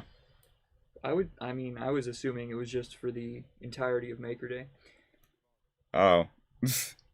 Well, in that case, I need to definitely advertise that because I'll get more people involved. Okay. I mean, we've only got an hour left, so I would say give them definitely some time after the live stream ends. For sure. To look for them, but we also want to get the word out there, so look for the Easter eggs. Yeah. There's one person. Okay. We gotta stop playing now. All right. Okay. I am for it. All right. I mean, it was an interesting. Yeah, it was very fun. I'm glad it worked. All right, we got 2 people in there. Okay, 3 people. Awesome. Okay, so we're now back on schedule. So we will interview. Let's see. I think who is on the schedule next? I think it's the concrete one. Yeah, but I don't think they're in there. That was Sam, I think. Hang on. Oh, that's the call. Okay, I know which one that is. That's this one. Yeah, Jordan. Lung modeling. Okay, that's cool. Let's let them on in then. Yeah, cool. Let's learn about some lung models. Hang on. Oh, right. Dr. Spezial said let's show the first Easter egg after this presentation. Okay, so our boss told us to show the first Easter egg, so we will show that off. All right. All right, so I'm gonna go ahead and let Jordan Collins join, and she is coming in. Okay. Let's go She's ahead and admit they're the other connecting. two as well. I think they're part of the team. Oh, are they all part of it? Okay. They may. Well, even if they're not, we can just let them. Okay. Hello. Is that Jordan? Oh, I got that. Yes, I'm Jordan. Hey, Jordan. Are you guys a part of a team, or are y'all doing separate projects?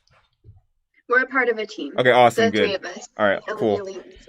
Well, welcome guys to the live stream. I guess you guys can say hi to the chat. Yep. We're all watching. Yeah.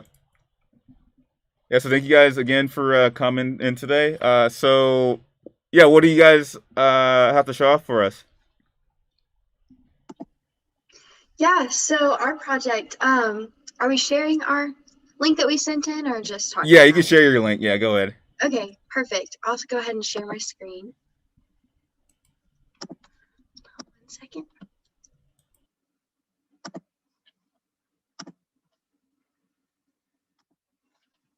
Okay, can you guys see this?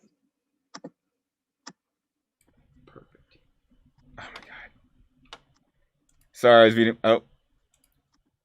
Yeah, we can see it. Sorry, I muted myself so like we wouldn't disturb you guys. Sorry, but we can see it. Go ahead. No problem. Perfect. So we're students in a class, Nursing 1400, and we were tasked with creating an innovation for healthcare. And so ours is about recovery education for COVID-19. And so the main problem that we saw is that health professionals with COVID are being challenged to deal with COVID patients in completely new ways, and that includes educating them whenever they're, being released and discharged from the hospital. And one of the interesting facts is that while it's proven that longer stays for COVID patients can be more harmful, longer hospital stays, we've also seen a lot of patients with long-term symptoms that just aren't going away once they leave the hospital. And so we believe that this disconnect comes from ineffective patient education. So an ineffective way of keeping patients accountable once they've left the hospital. And we've also found that a 30-day hospital readmission rates will decrease by 15% when this patient discharge education is supplemented by visual and digital aids. So yes, also according to US News, today, as of right now, doctors are suggesting just rest, hydration, and isolation as main methods of recovery, but we're just seeing that this isn't really enough to keep patients motivated to stay on track with their own health. We're just casually making small talk and just kind of brainstorming ideas. And I just threw out that at the time when this project was first assigned, I was personally, like I had just passed COVID, and I had it was maybe month 1 or 2 after, I guess beating it.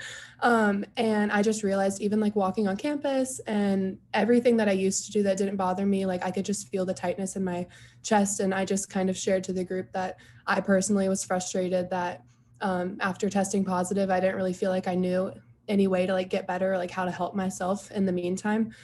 So then from that, we just decided to kind of work with what we knew and build off of that to create what we were gonna, to create what we were gonna present for this project. And so with that, we built off of assembling a prototype for an app that would allow us for patients to receive recovery advice all at their fingertips. So yeah.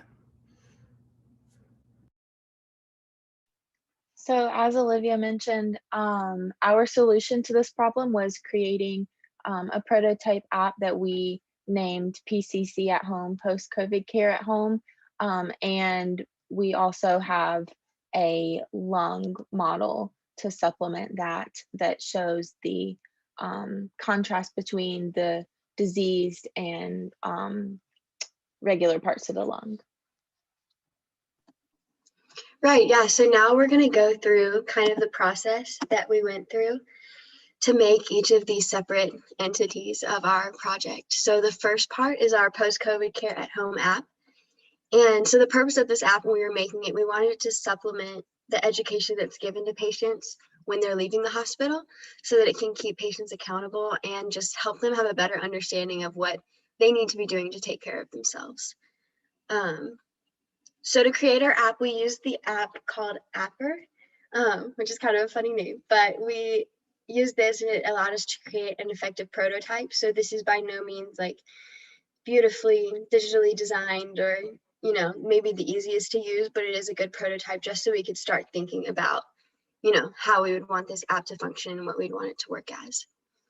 And so to download the app, and we'll have a QR code on the other side that I think should work. But to download, it's interesting because you download through like the internet and then you can just add it to your home screen. And then, yeah, and then this is our like home menu.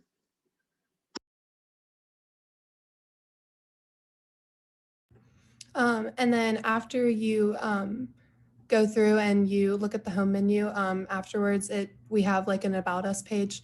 And the About Us page just kind of gives a brief introduction as to like who we are and why we or why this app is out there. And then we went ahead and just put a little note in there that obviously the information you're going to get is you would want medical or professional medical advice afterwards. Like don't just, you know, take what you get from the internet and run with it. But we did do our research, so it's pretty solid. And then moving on, the next part of it is we have like an information page. So on this page, you can see kind of like again, COVID affects a lot of or different aspects of your body, but for this project in particular, we were focusing on just the lungs.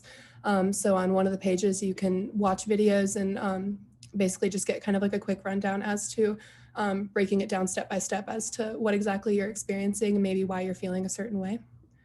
And then with that being said, we created our own video that again kind of breaks down showing pictures step by step as to how the virus itself affects you and what parts inside it's damaging. And then that explains kind of the side effects that you experience, like the medical side of it, like is backing up that.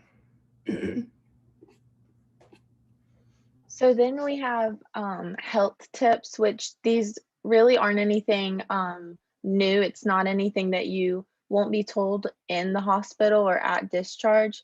But this is just as kind of a reminder and just to help patients as they're recovering at home.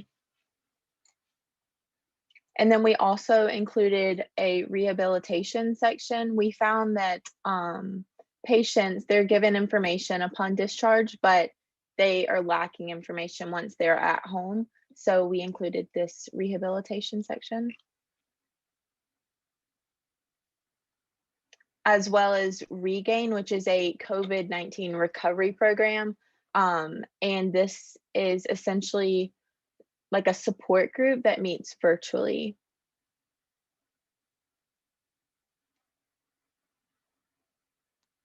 And our VR section just shows patients about virtual reality and how that can be helpful to their recovery.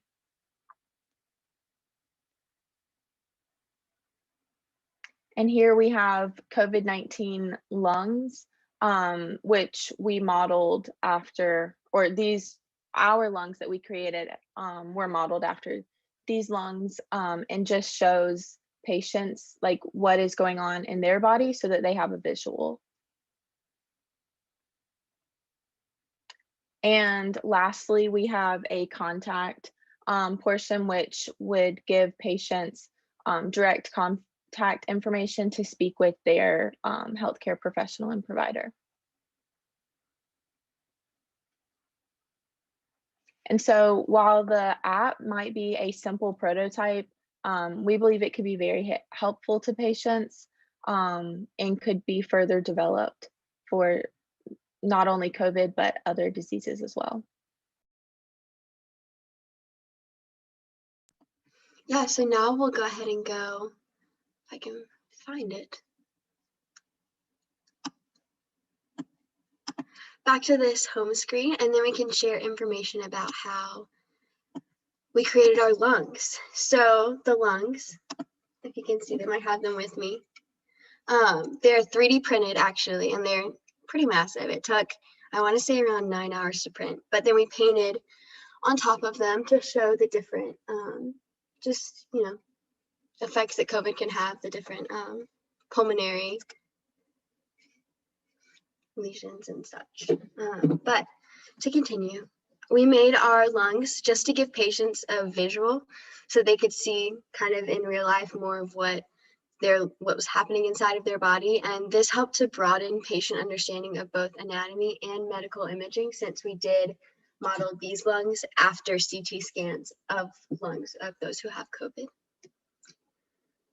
So to begin with this first section, we found a pre-created model of lungs through Thingiverse, which is what our nursing professor just told us to use, and there we could find lots of files on there. So after that, we downloaded the files and imported them into Cura, actually with the help of one of our other friends who is really good at, things that happen in the makerspace.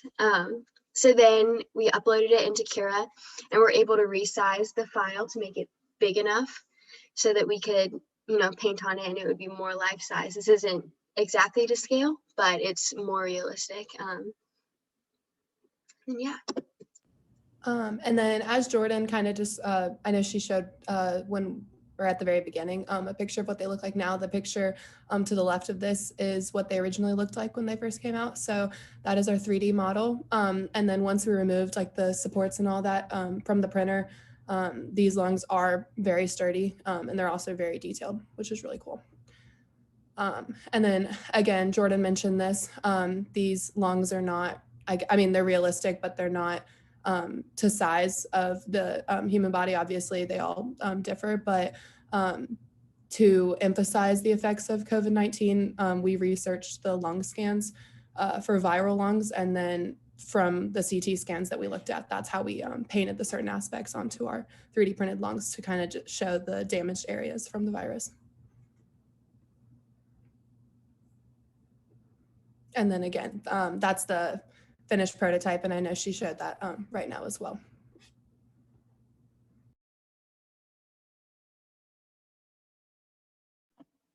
Yeah, so again, it's just more of a tangible way for patients to understand their health and comprehend the scans that they are seeing when they're in the hospital. So it's something, this is a model that we would technically have in like a clinical situation or at a hospital that patients would be able to touch, hold, see, just so they could understand more of what's happening to their lungs. And then this goes along with our app to be able to just help patients recover better.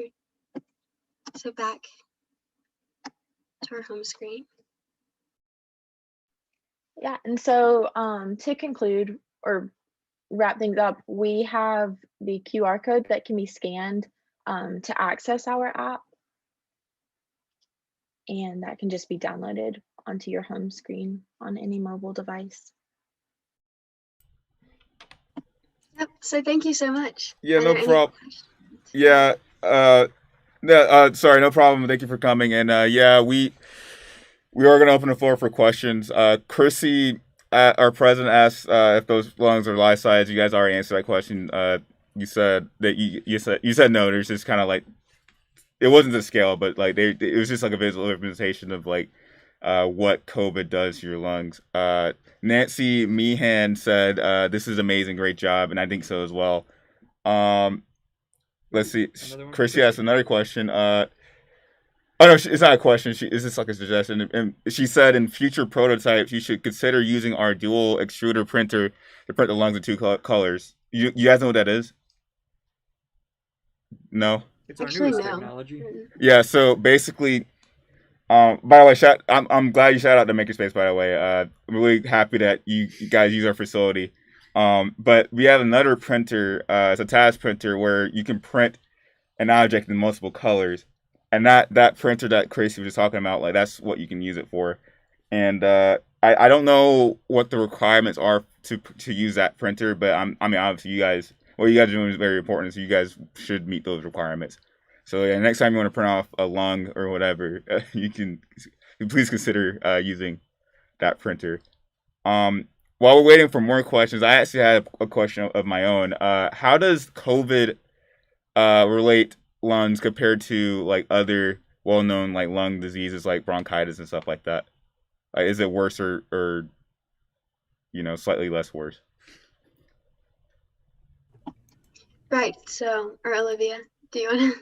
Oh, you can follow right after me if you want to build off of me. The only thing I was just going to add was, again, I think one of the most frustrating things right now is there's definitely a lot of research out there, and researchers and medical professionals continue to look more into this as COVID continues That makes sense.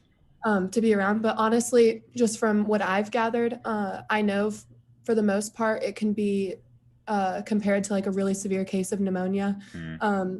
So basically, in some patients, their lungs can fill with fluid.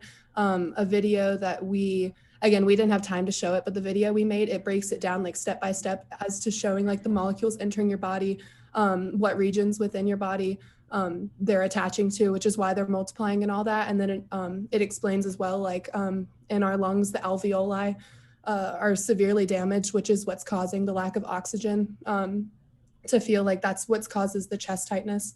So oxygen is not being able to fully go through its normal cycle. So that's what's causing in that region to feel like the severe tightness, as most patients report.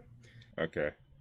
Yeah, that's very scary, honestly. And yeah, that makes excuse me, it makes a lot of sense that not a lot of research has been done for this topic since COVID is a relatively new virus. Even though we have had a year with it, there's still new stuff that people are learning about every day. So yeah, you probably assume this or already know this, but you're not the only people who are presenting about COVID-related topics. But it's very interesting to see how COVID has affected different areas of our lives. And it's really, really cool to see people actually doing something about it. So We yeah, actually thank you guys for your work. another comment from Nancy. She says, you need to present this to all sections of Nursing 1400. I'm sure that they would all really like to hear the information you've presented to us. Yeah. Well- Go ahead. Sorry. You go ahead. Go ahead. Okay, I guess not. Oh, were you talking to Yeah, me? you can go. You want to comment on that? Yeah. Oh no, I was just thanking her for saying that. That was Oh, really sweet. thanks. Okay. I didn't hear the thanks part. My bad. Yeah, I think that's all the questions. We'll wait for some more, but while we're waiting, you guys have any like final thoughts you want to give to us, or like you want to plug anything before we move on to the next part of our presentation? Yeah, so I think just from doing this project, I think we could agree that we've all learned not only a lot about COVID and recovery, but also about technology and things that we can use. Because like this was an Adobe Spark, and I know I'd never heard of that before. So like being, having experience in that and being exposed to that, I think was also really helpful for us. And then using the Makerspace to be able to 3D print things, like I'd never done that before either. So definitely a really cool experience for all of us. Yeah, and just for the audience, Makerspace is pretty much for any major. So it's not just mechanical engineering or any engineering major. It's for every major. Or just architecture. Or architecture is also for nursing and business, art, film, anything that you could think of. That's what Makerspace is for. And this is a great example of a engineering major that's using Makerspace. And I actually remember printing off your guys' lungs printing off our 3D prints, and I thought that was really cool to see. Like I love seeing all the things that people print off, and that was one of the things I thought was really cool. So thank you guys for using our facility. I wondered if they were life sized whenever I first saw it. Yeah. And I'm glad you clarified that, because we all would have known or not have known that they were not life size. So thank you for clarifying. Are they, out of curiosity, are they bigger or smaller than actual size lungs?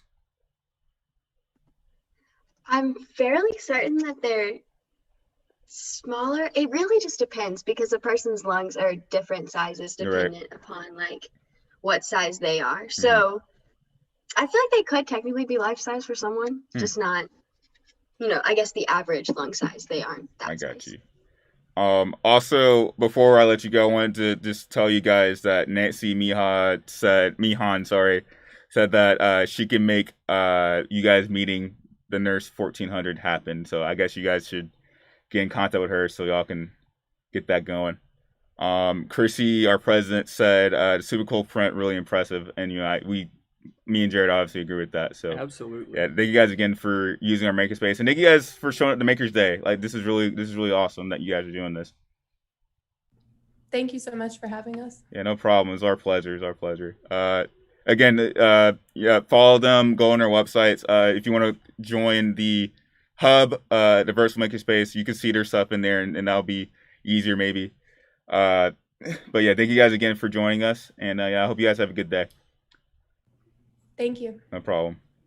All right, you want to switch out, or do you want to take this next one too? It's up to you. If you want to keep going, I'm fine with it. Okay. I do want to. Sorry. Oh, yeah. They're still here. Sorry. Hey. We have to let them in.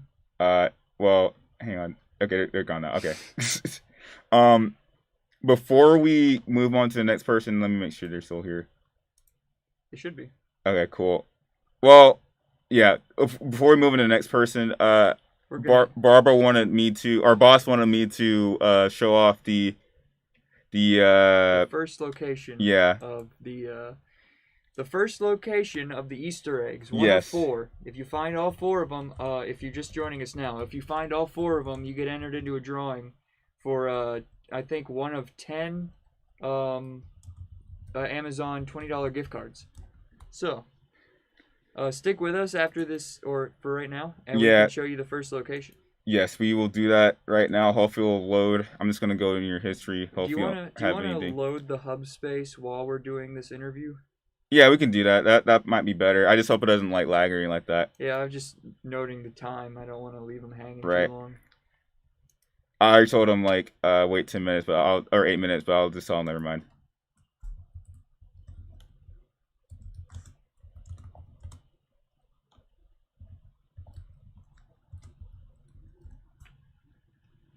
Okay. All right, this is Gracie Skidmore. Hey, Gracie. Okay. Hello. Hey guys, how y'all doing? Good. Just out of curiosity, are y'all in the library right now? Yes. Oh, we are too. I think you're like, are you on the 6th floor? Yeah. We're literally like at least 12 feet away from you guys. That's crazy. Wait, really? Yeah. Keeping social distancing norms. Yeah. But yeah, thank you guys for coming. So what are y'all presenting for us today? So, we have so it's supposed to be like, we had to do this for our nursing 1400 class. It's a watch band because we had to do a project where we identified like a problem in the healthcare world. And our problem was that patients don't adhere to doing their at-home exercises. So we came up with the solution of a watch for them to wear, and it'll like monitor their exercises and progress and send it to their doctors and stuff. So we printed out a watch band with a heart in the middle.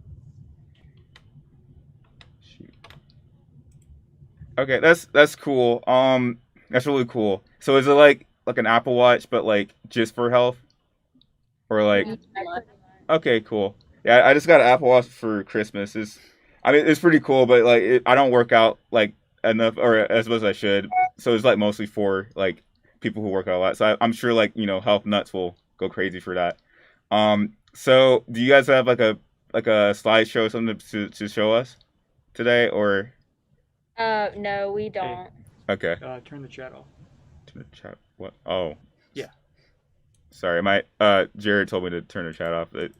People can like see the live stream right now. Okay, but yeah, that's cool. He's directing us from the shadows. Okay, so yeah, what else? Sorry, what caused you guys to come up with this? Like, what was the motivation? I think it was just like because the first part of our project, like we were required to all like kind of identify a problem that like we thought was like in the healthcare world. Like we each had to do a different problem, and this was Madeline's problem that she like came up with because her boyfriend is like a physical therapist or like is gonna be a physical therapist, and so he like already recognized that was like something that was really relevant. And I think we just kind of took off with that because we like figured that there could be a solution to that, like that would be better. And we also read some articles seeing like other solutions that they had, and so we kind of took some ideas that they had and incorporated it into this. Okay, that's cool. That's cool. Do you guys have any plans on like manufacturing this and like putting it out there or pitching it to like, I don't know, like what's that TV show called where they present like Shark Tank? Shark Tank, yeah, it's like something Shark Tank. Like y'all have any plans to do that? Not really. Not really. No. It's just for like a school project, like just for the. Yeah. Yeah, I feel that. I have a question. Yeah, go ahead. Jared has a question. I don't have any audio on my end, so I apologize if this was covered already. But have you guys considered making this a band out of different materials? For instance, we have a flexible printable resin in the makerspace as well. Have you considered making a watch band out of material like that? Oh no, we haven't. We don't really know much about the. We've only used the makerspace for our for this class. Like we've never used it in the past, and we're freshmen, so. Makes sense. Well, that's definitely open to you guys. Resin prints are like 3D prints, but they're just built in a different material, more I guess sustainable material. Kind of. They're prioritized for research, and the resolution's a lot higher than a typical 3D print. Yeah, FDM print. Yeah. So if you guys are interested in continuing your project, that might be something you want to look into. Yeah. So is there? I'm leaving the floor open to questions. By the way, I'm talking to the chat, and we'll wait until the delay is, not anymore. But do y'all have like any other thoughts or like final thoughts while we're waiting for questions? No. All right. Well, I can't think of any questions right now. Do you have any other questions you want to ask? I'm right on time. Yeah. Next person's in. All right, cool. Well, thank you guys for presenting your project, and of course, if you want to see what they're doing, go into the virtual hub and look into that. But yeah, thank you guys for coming. Hope y'all have a good day. Thank you. No You problem. too. All right, let's see if the this hasn't loaded. I think it just died. It's just dead. It died. I mean, I can tell you where one is verbally if it'll make it easier. Yeah. Oh, never mind. Here it is. Perfect. We'll do this. We'll get this quick. So Yeah, I actually don't know where it is. So if you could tell me where it is, that'd be great. Off the top of my head, I can tell you where one is. Okay. So I hope you guys are paying attention at home, because this is the difference between you winning or not winning a $20 Amazon gift card. I said that wrong. $20 Amazon gift card. I said it right. Never mind. Yep. $20 Amazon gift card. Also, to start, when you're in the hub space, you can press G to activate fly mode. That'll make it way easier to look for the Easter eggs. Yeah, and I need to do that when we join in a second. Yeah. Oh man, this has been a long day already. Yeah, but this has definitely been. Yeah, it has definitely been. I agree. It has definitely been. Yeah. It's definitely been a fun event. Yeah, I'm glad this didn't explode, and we actually had a pretty good turnout, and nothing bad happened. Because I think we were all kind of worried about that. What is that? Is that a glitch? What is that? I think it's loading, but Barbara says if it's gonna delay us anymore, just hold off for now. Okay. Accept. Hey, how about you go on with the next presenters, and I'll try to get somebody to meet with us and share their screen. Okay, cool. Yep. All right, so we will do that instead. So we'll hold off on this. I guess we'll just exit out of that so it won't lag, and we will continue on with the next couple presenters. All right, let's go and meet them. Oh wait, there it is. All right. So next up we have. Let me see if they're in a group. Hang on. I actually don't know. That is not it. Hang on. Shoot. Oh, here it is. Okay. Next up we have Caroline, Lauren, and Jess, and they are in the Nursing Innovation Project GI system. I wonder what that is. We'll bring it down in a second. Let's go in and say hi to them. Okay. And there's Caroline and Jess. We're waiting for, and there's Lauren. Awesome. I think Jess is still loading in. All right. Hey guys, welcome to the stream. How you guys doing? Good. How are you? I am doing as best as I can for a Thursday afternoon. But thank you guys for coming. What do you all have to show us today? We are showing our 3D print of the intestines with the large intestine, the small intestine, and we're presenting our little nursing information about why we chose to 3D print this. Cool. So you said you have a slideshow or something like that. You want to go and share your Yes. screen? Yes. Awesome. Lauren is going to Yeah, share. I can share it. Awesome. I'm gonna let you guys take away the stream for a second. So go ahead.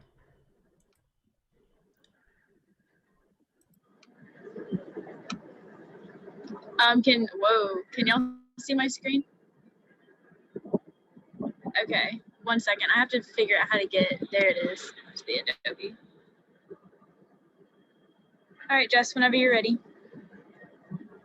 All right. So our topic was on the awareness of gastrointestinal issues among U.S. individuals.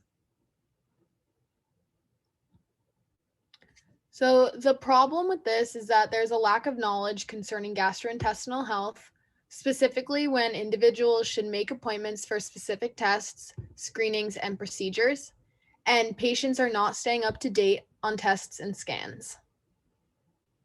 So the evidence we found to back up this problem is that there's an increase in the knowledge gap between patients and healthcare providers.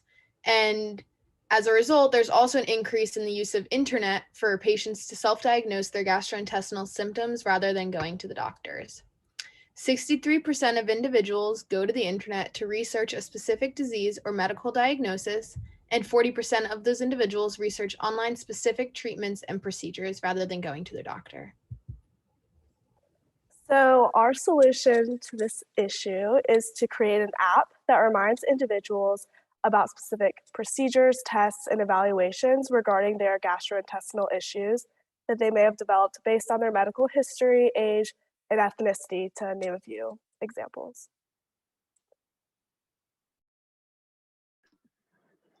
Okay, I'm going to be going over some pros and cons. Some pros are that this app will encourage patients to learn about different gastrointestinal issues. It'll increase contact with medical professionals instead of using the internet to self-diagnose. And patients would be exposed to time frames to when they should seek a medical professional about their condition based off of the severity. Some cons would be that an app could be altered by viruses and bugs, in turn affecting the software and overall effectiveness and functioning of the app. Another con is that many social media platforms are susceptible to hackers. This poses a threat of exposing private information to unauthorized viewers. Another con is that if patients are of an older generation or have less knowledge about social media platforms and technology, then an app might be more difficult for them to use. And the last con is that many people believe that using paper healthcare and face-to-face contact rather than an app to get information could be less confident or is more confidential than an app.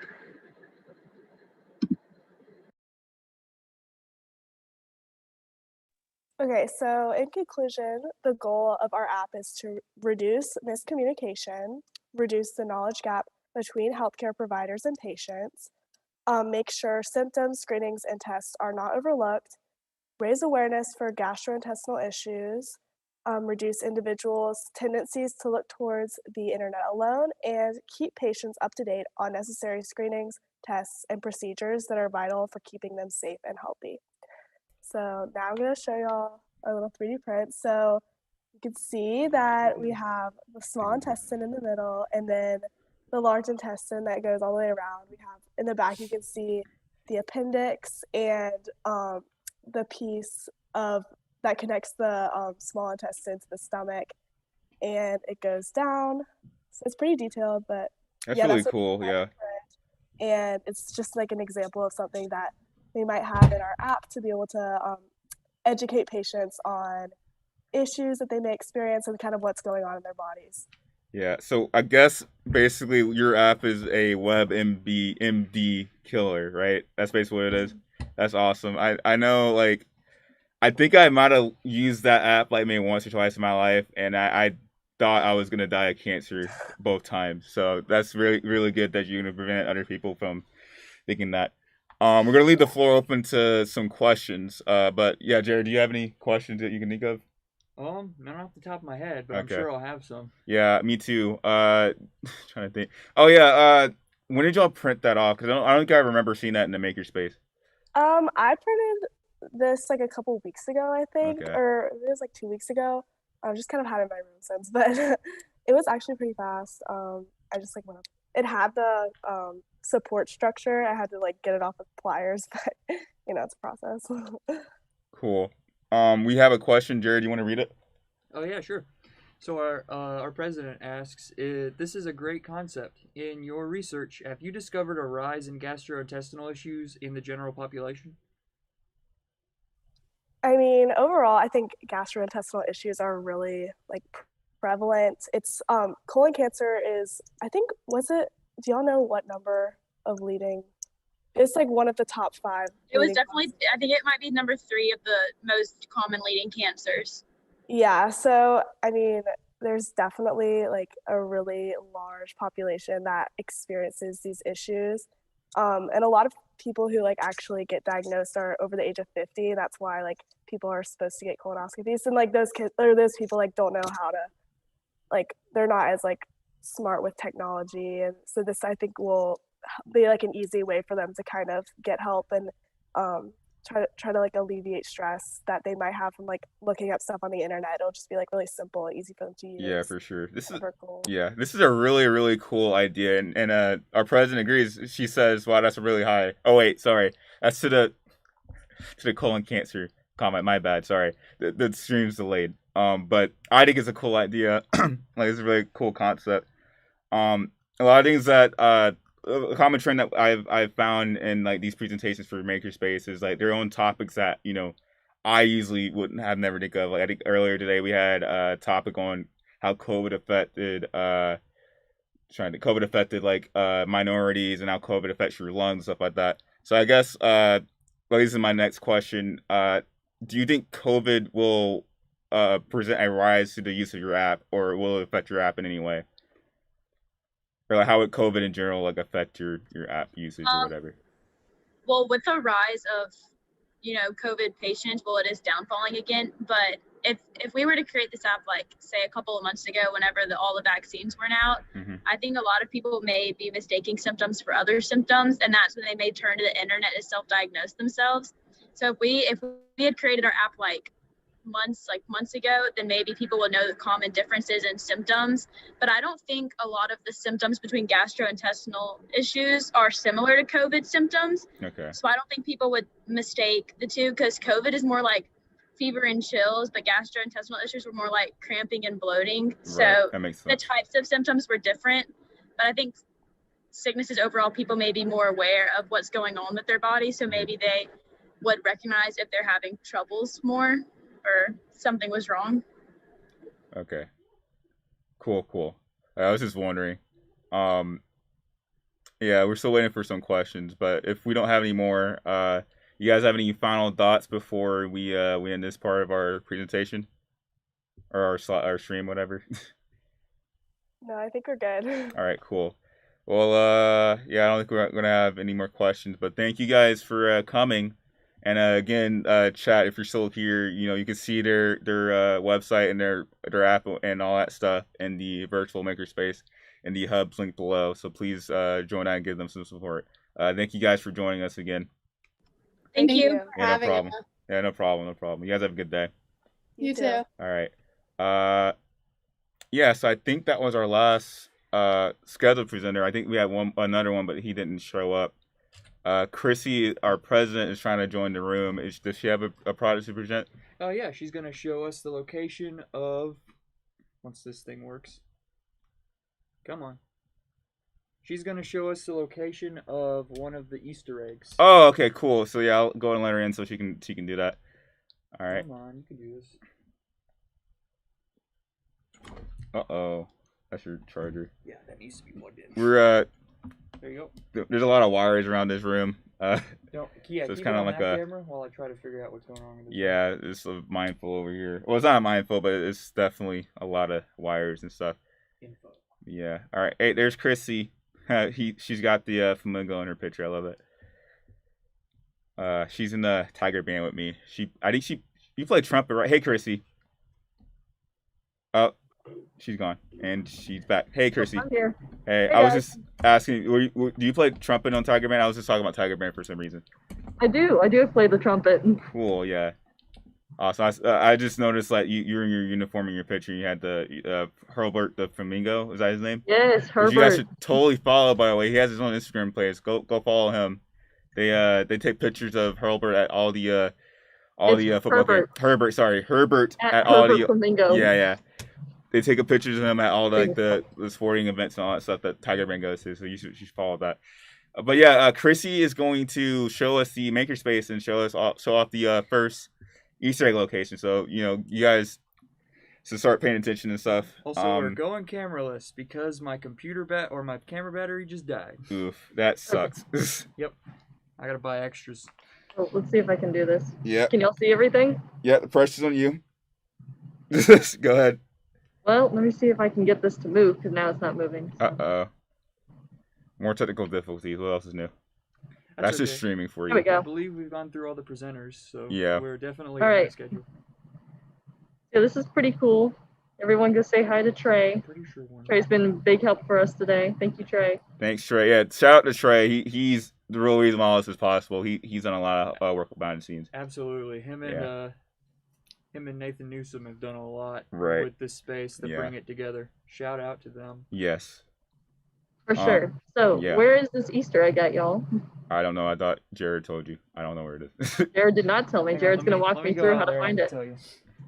Well then. All right, where am I All going? right, Jared is going to Chrissy. By the way, just to give y'all an idea where everyone is, I am in the Adobe Center room. Chrissy is outside I need right to next fly. to me. And we're just kind of collaborating like that. Okay, it looks like she's in fly mode. I'm just gonna commentate over Chrissy's gameplay, I guess. She's in Okay. fly mode. Looks like we're looking at the ASC. ASC, yeah, that's what it is. All right, see some trees turning around. All right, cool. A little laggy, but it's all right. Probably not the zoom's fault. It's probably I'm gonna the have it drop. Look down and move forward. Yeah. Now look up. It's a little bit too far. All right, see some grass. Now I see. Oh, I see it. Oh, you see it? I don't see it. How do I click it? Yeah, I want to try to get closer. Yeah, try to get closer so I can see it. I don't see it. It's this thing. That's really well hidden, then. I can't see it. Move a little bit more forward. Oh, is that it right there? Yeah, that's it right there. Okay, that's what is that? Is that Howard's Rock? That is Howard's Rock. Awesome. Okay, well that's the location of the first picture, guys. And the Easter eggs are different memorabilia and like landmarks of on Clemson campus. Excuse me. So that's what you're looking for in terms of Easter eggs. So yeah, if you find all of them, again, we're just repeating this for everyone. If you find all of them, you enter into a chance to win a $20 Amazon gift card. So go ahead and do that before the end of Makerday, which will be probably in the next 20 minutes to an hour. We'll be leaving the hubs room open a little bit longer. Yeah, After that. and I need to definitely advertise that because I didn't advertise on any of my social media, so I want to give everyone a fair chance. But yeah, thank you, Chrissy, for showing off the first Easter egg in the Makerday. Yeah, for sure. And we hope to see all of you guys in the makerspace in the next couple of weeks. Like it will only be open for another week or so. Yeah. But Yeah, always, everyone come back over the summer. Everyone come back in the fall, and we can help you make something super, super cool like you saw today. We need more people. We need more people to know who we are, because not a lot of people know who we are. But yeah, I think that is the conclusion of Maker's Day, of our virtual Maker's Day. That is, but that's you can the conclusion, or I get of the live stream. That's the conclusion of the interviews per se. Yeah. I guess we could try to stay on and answer a couple more things if people still want to ask some questions in the chat. Yeah. Oh, thank you. Yeah, she left. Yeah, but yeah, if y'all have any questions, please feel free to ask them. Other than that, thank you guys for coming. We'll keep it open for like maybe the next. Let's see. Or so minutes. 4:50.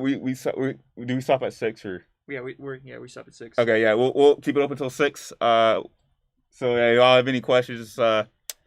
Just shoot it. Yeah. We'll be here to answer them. Yeah. So this has been your first semester in the makerspace, right, Barry? Yeah, it's my first semester. Yeah. And how did you figure out to start working here?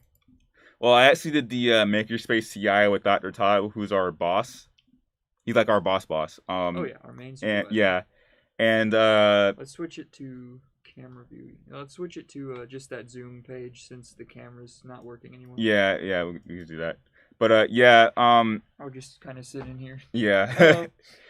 But yeah, I found out through that, and like the CI, we basically worked on something through the makerspace while also keeping tabs on the people who are working in the makerspace to see they're doing their jobs correctly. And that's kind of how I found out that you can do makerspace as a job. And I've always known it existed, but I never really understood it. I thought it was like a class or like something I wouldn't use until I got into my further along into my engineering degree. But thanks to doing that CI, I now know that it's just for anyone who wants to like use the facility. It's not necessarily for only class projects and stuff like that. So that's kind of how I found out. What about you, Jared? How did you find out about Makerspace? Well, actually, I also found out through Dr. Todd, but not quite in the same way. Mm-hmm. So after freshman year, I was given the opportunity to work for the UPIC program. Okay. And I had met with Dr. Todd, who was kind of, I guess, assigned in quotations to me. Mm-hmm. And we discussed kind of a couple of different places I could work at UPIC internships, and one of them was the Makerspace.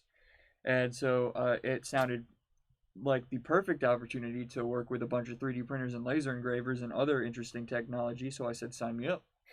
So Awesome. 7 semesters later, here we are. Yeah, awesome, dude. Yeah, so yeah, Makerspace is a really nice place to use and to work at. Probably it was my only job on campus, but it's definitely the best job I've had on campus. What's the most interesting thing you've seen in the Makerspace?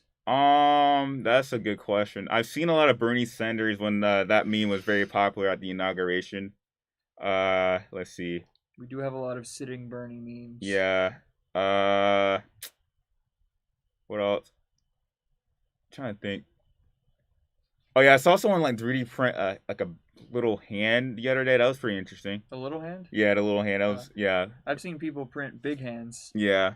I think probably my favorite one has got to be Matthew's banana. Oh yeah, the banana. Oh yeah, we have like so like we got filament, which is like the material we use to 3D print, and we got yellow filament, and Matthew printed off just a banana, and he taped it to like one of the 3D prints. It's kind of a meme in the internship circle, but yeah, it's pretty cool. Yeah, I didn't even think about that. I want to change my answer now. But yeah, if you're just joining us or whatever, we're answering any questions you have about Makersday or Makerspace in general. Go check out the hub space. Yeah, check out the hub space. Yeah, do that, please. Oh yeah, they put a lot of effort into it. They really did. We love to show it off. Yeah, really cool. Trying to think what else. We're about 15 minutes. Yeah. Just about. I mean, how would people get involved with the Makerspace? I guess people who are watching might not know exactly how that works. Yeah, so we have a Canvas page, and if you can't access that, we have a website that can lead you to the Canvas page. That can lead you to the Canvas page, and that's how you can like 3D print. You can fill out a Google form, and if you have something that you made or you found something online, you can just put the file into the Google form and like give us like specific instructions, and we'll follow them to the best of our ability. And that's basically how you 3D print. You can do that with like a personal project or a class project or anything you want to do. You can also, we have other things besides 3D printing. 3D printing is like our main thing, but we also have laser cutters, which are basically these machines that print out or engrave like pictures or words into like wood or like any mostly wood. And then like we also have a function where you can print out things on glass, and that's very popular around Christmas time for like gifts and stuff like that. So it's a pretty cool thing. And there's other things in like the Cooper facility, like a sewing machine and like a 3D scanner, things that I have never used, so I don't understand. But I'm sure scanner? The 3D scanner, it's quite the ride. Yeah, it definitely has a learning curve to it. Yeah, but it's not as steep as people might think, especially when we have our dedicated interns in the space willing to help you guys. Mm-hmm. Alternatively, by the way, this would be a great opportunity to plug the Makerspace Instagram page. Yes. Facebook page. Yeah, please join those. We've had some interns that have been very active this semester and making it look the best it can be for you guys. So we'd love it if you went and check it out and liked it for them. Yeah, for sure. Please plug in. Just follow everything. Hopefully we'll have more social media. I think some of the interns are coming up this upcoming summer and fall are talking about some more social media. I won't say what they are just in case they don't happen, but just look out. We'll be on the lookout for those. We've got some big plans in the works. Yeah, we're definitely looking to expand because, like I said it earlier in the live stream, we're trying to get more people to know what the makerspace is and let people know that it's for every major on campus, not just engineering, not just STEM, but like literally any major for any reason. So please come by, tell your friends, let them know what we do and who we are, and just send something. Oh, we got a question. Cool. From XX Moon Spider X1. That's an awesome name. Is the makerspace free for all students? Yes, it is. Yes, it is. If you are a Clemson student, then your tuition already pays your makerspace, so you can go ahead and use it without any worry about cost or And if you're a visitor, we'll give you a free tour. Nothing in the space is for profit at all. Yeah, you can't sell it or anything like that, and there's also other restrictions. But other than that, you're pretty much it's all free game if you're a Clemson student. So yeah, happy to help. Yeah, no problem. Thanks for the question, XX Moon Spider XX1. That's a great name. So I have a question for you. Where did that name come from? What is that about? I want to know the backstory of that name. Is there like an actual moon spider? Because that sounds pretty awesome. Yeah. I'm not gonna lie. That sounds like a sci-fi movie or like a movie on Sci-Fi Channel. I'm a fan of spiders. I mean, they I'm scare me not a either, little yeah. bit, but like I don't know. I took like a BuzzFeed-esque quiz one time when I was in early high school, and it said my spirit animal was a spider. Yeah.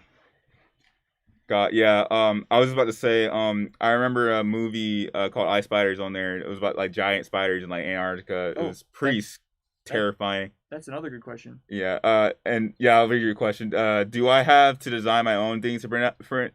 You can. But you don't have to. You can go to what's the website called where you can get like random Thingiverse. Thingiverse. Yeah, Thingiverse. You can go to a website called Thingiverse. And I can put that in the chat. Or actually, can you type that in? Because I don't. Okay. You have access to. Could you do it in here? I guess. Yeah, I can do that. My account will do that. Or is it thingiverse.com or thingiverse.net? I don't remember. I think it's .com. Yeah. I'm gonna say it's .com. But yeah, you can go to that website and you can find anything you want to and print off. We have restrictions, like I said, and you can look those up in our guidelines on the website. But as long as it's not those things, and honestly, it's pretty obvious what they are. Obviously you can't print anything explicit. You can't print off weapons. But other than that, it's all for a game. Like I said, someone literally went on Thingiverse and print out like a Bernie Sanders when that meme was really popular. So literally anything.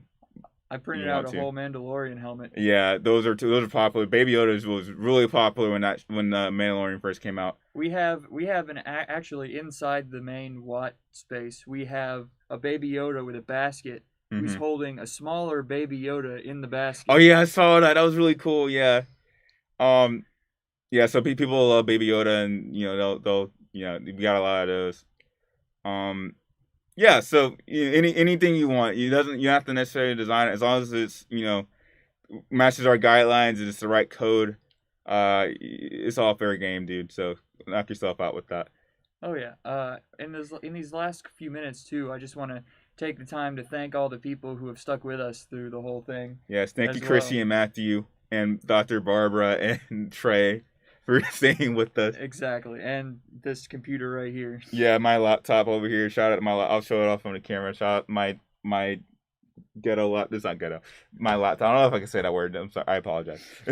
We have the same laptop. Yeah, we have the same laptop. Except his is faster than mine. It's slightly faster, but they're both terrible for streaming. So I mean, it seems to work. I mean, they're not ideal, but they work for streaming. They get the job done. They'll get you started at least. Yeah, exactly. Before I try to build my own PC. Yeah, that's my plan too. I'll one day build my own PC. Yeah, you're welcome, buddy. Thanks, Matthew. That's our VP. Shout out to him. Follow him on his socials. I just don't follow him on anything. Dallas Sandwich. That's his social? Yeah. Oh, dang, It's I'm like a bad friend. M Dallas Sandwich or something. Yeah, I don't follow any of you guys on anything. I need to probably do that. Yeah, but yeah, thank you guys for coming. We got about 7 more minutes. Let's see. Bye-bye now. Bye-bye. Are we leaving out? No, not yet. Okay. Just Is that gonna saying be the your goodbyes as everyone leaves. Is that gonna be your like but- your signature like goodbye when Oh, you start no. streaming? Okay. Oh, heck no.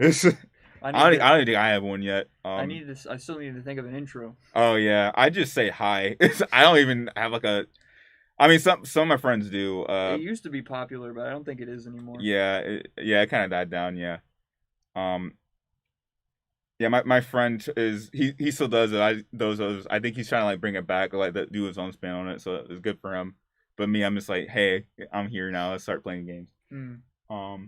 But yeah, we're just in here. The library does the library close at 6 on Thursdays? Or is that just on Fridays? I believe that's on Fridays. Okay, never mind. Shout out to the library. Yeah, shout out to Cooper Library. Yeah, for being letting so us use patient it. Yeah. while I rented out some equipment. Yeah. Every now and again to test this thing before we got it started. Yeah, we spent like a lot of hours last week trying to get this together, and yeah, if we didn't do that, we probably would be scrambling even more than we did today. Well, obviously we had some hitches starting off, and you know that we can't help that, but it's good that And thanks for your patience. Yeah, obviously, yeah, thanks for your patience. Yeah, that's We could not survive without it. Yes, I agree with that. All right, still got 7 minutes. 5 viewers. That's this one, Matthew, Chrissy, and 2 Barbara other and people. Trey, me. Oh yeah. Yeah, I'm probably the bot too. Yeah. Ah, the bot's okay. Thanks, bot. Thank you, bot. Thank you, Streamlabs. Shout out to Streamlabs OBS. Shout out to Streamlabs. Yeah. Oh, Shout man. out to Perry for helping me get this thing started. Yeah, no problem. I wish I could have helped more. I still feel bad for last week because I literally like I woke up and I was like, I don't feel like getting up. I'm sure Jared has it, and I just kind of like just didn't get up until my shift started. Well, I work best by myself anyway. That's fair, yeah. And you did a great job. This is for your first time getting this together. You did a really good job with this. Well, I always appreciate the help as well. Yeah. Yeah. Yeah.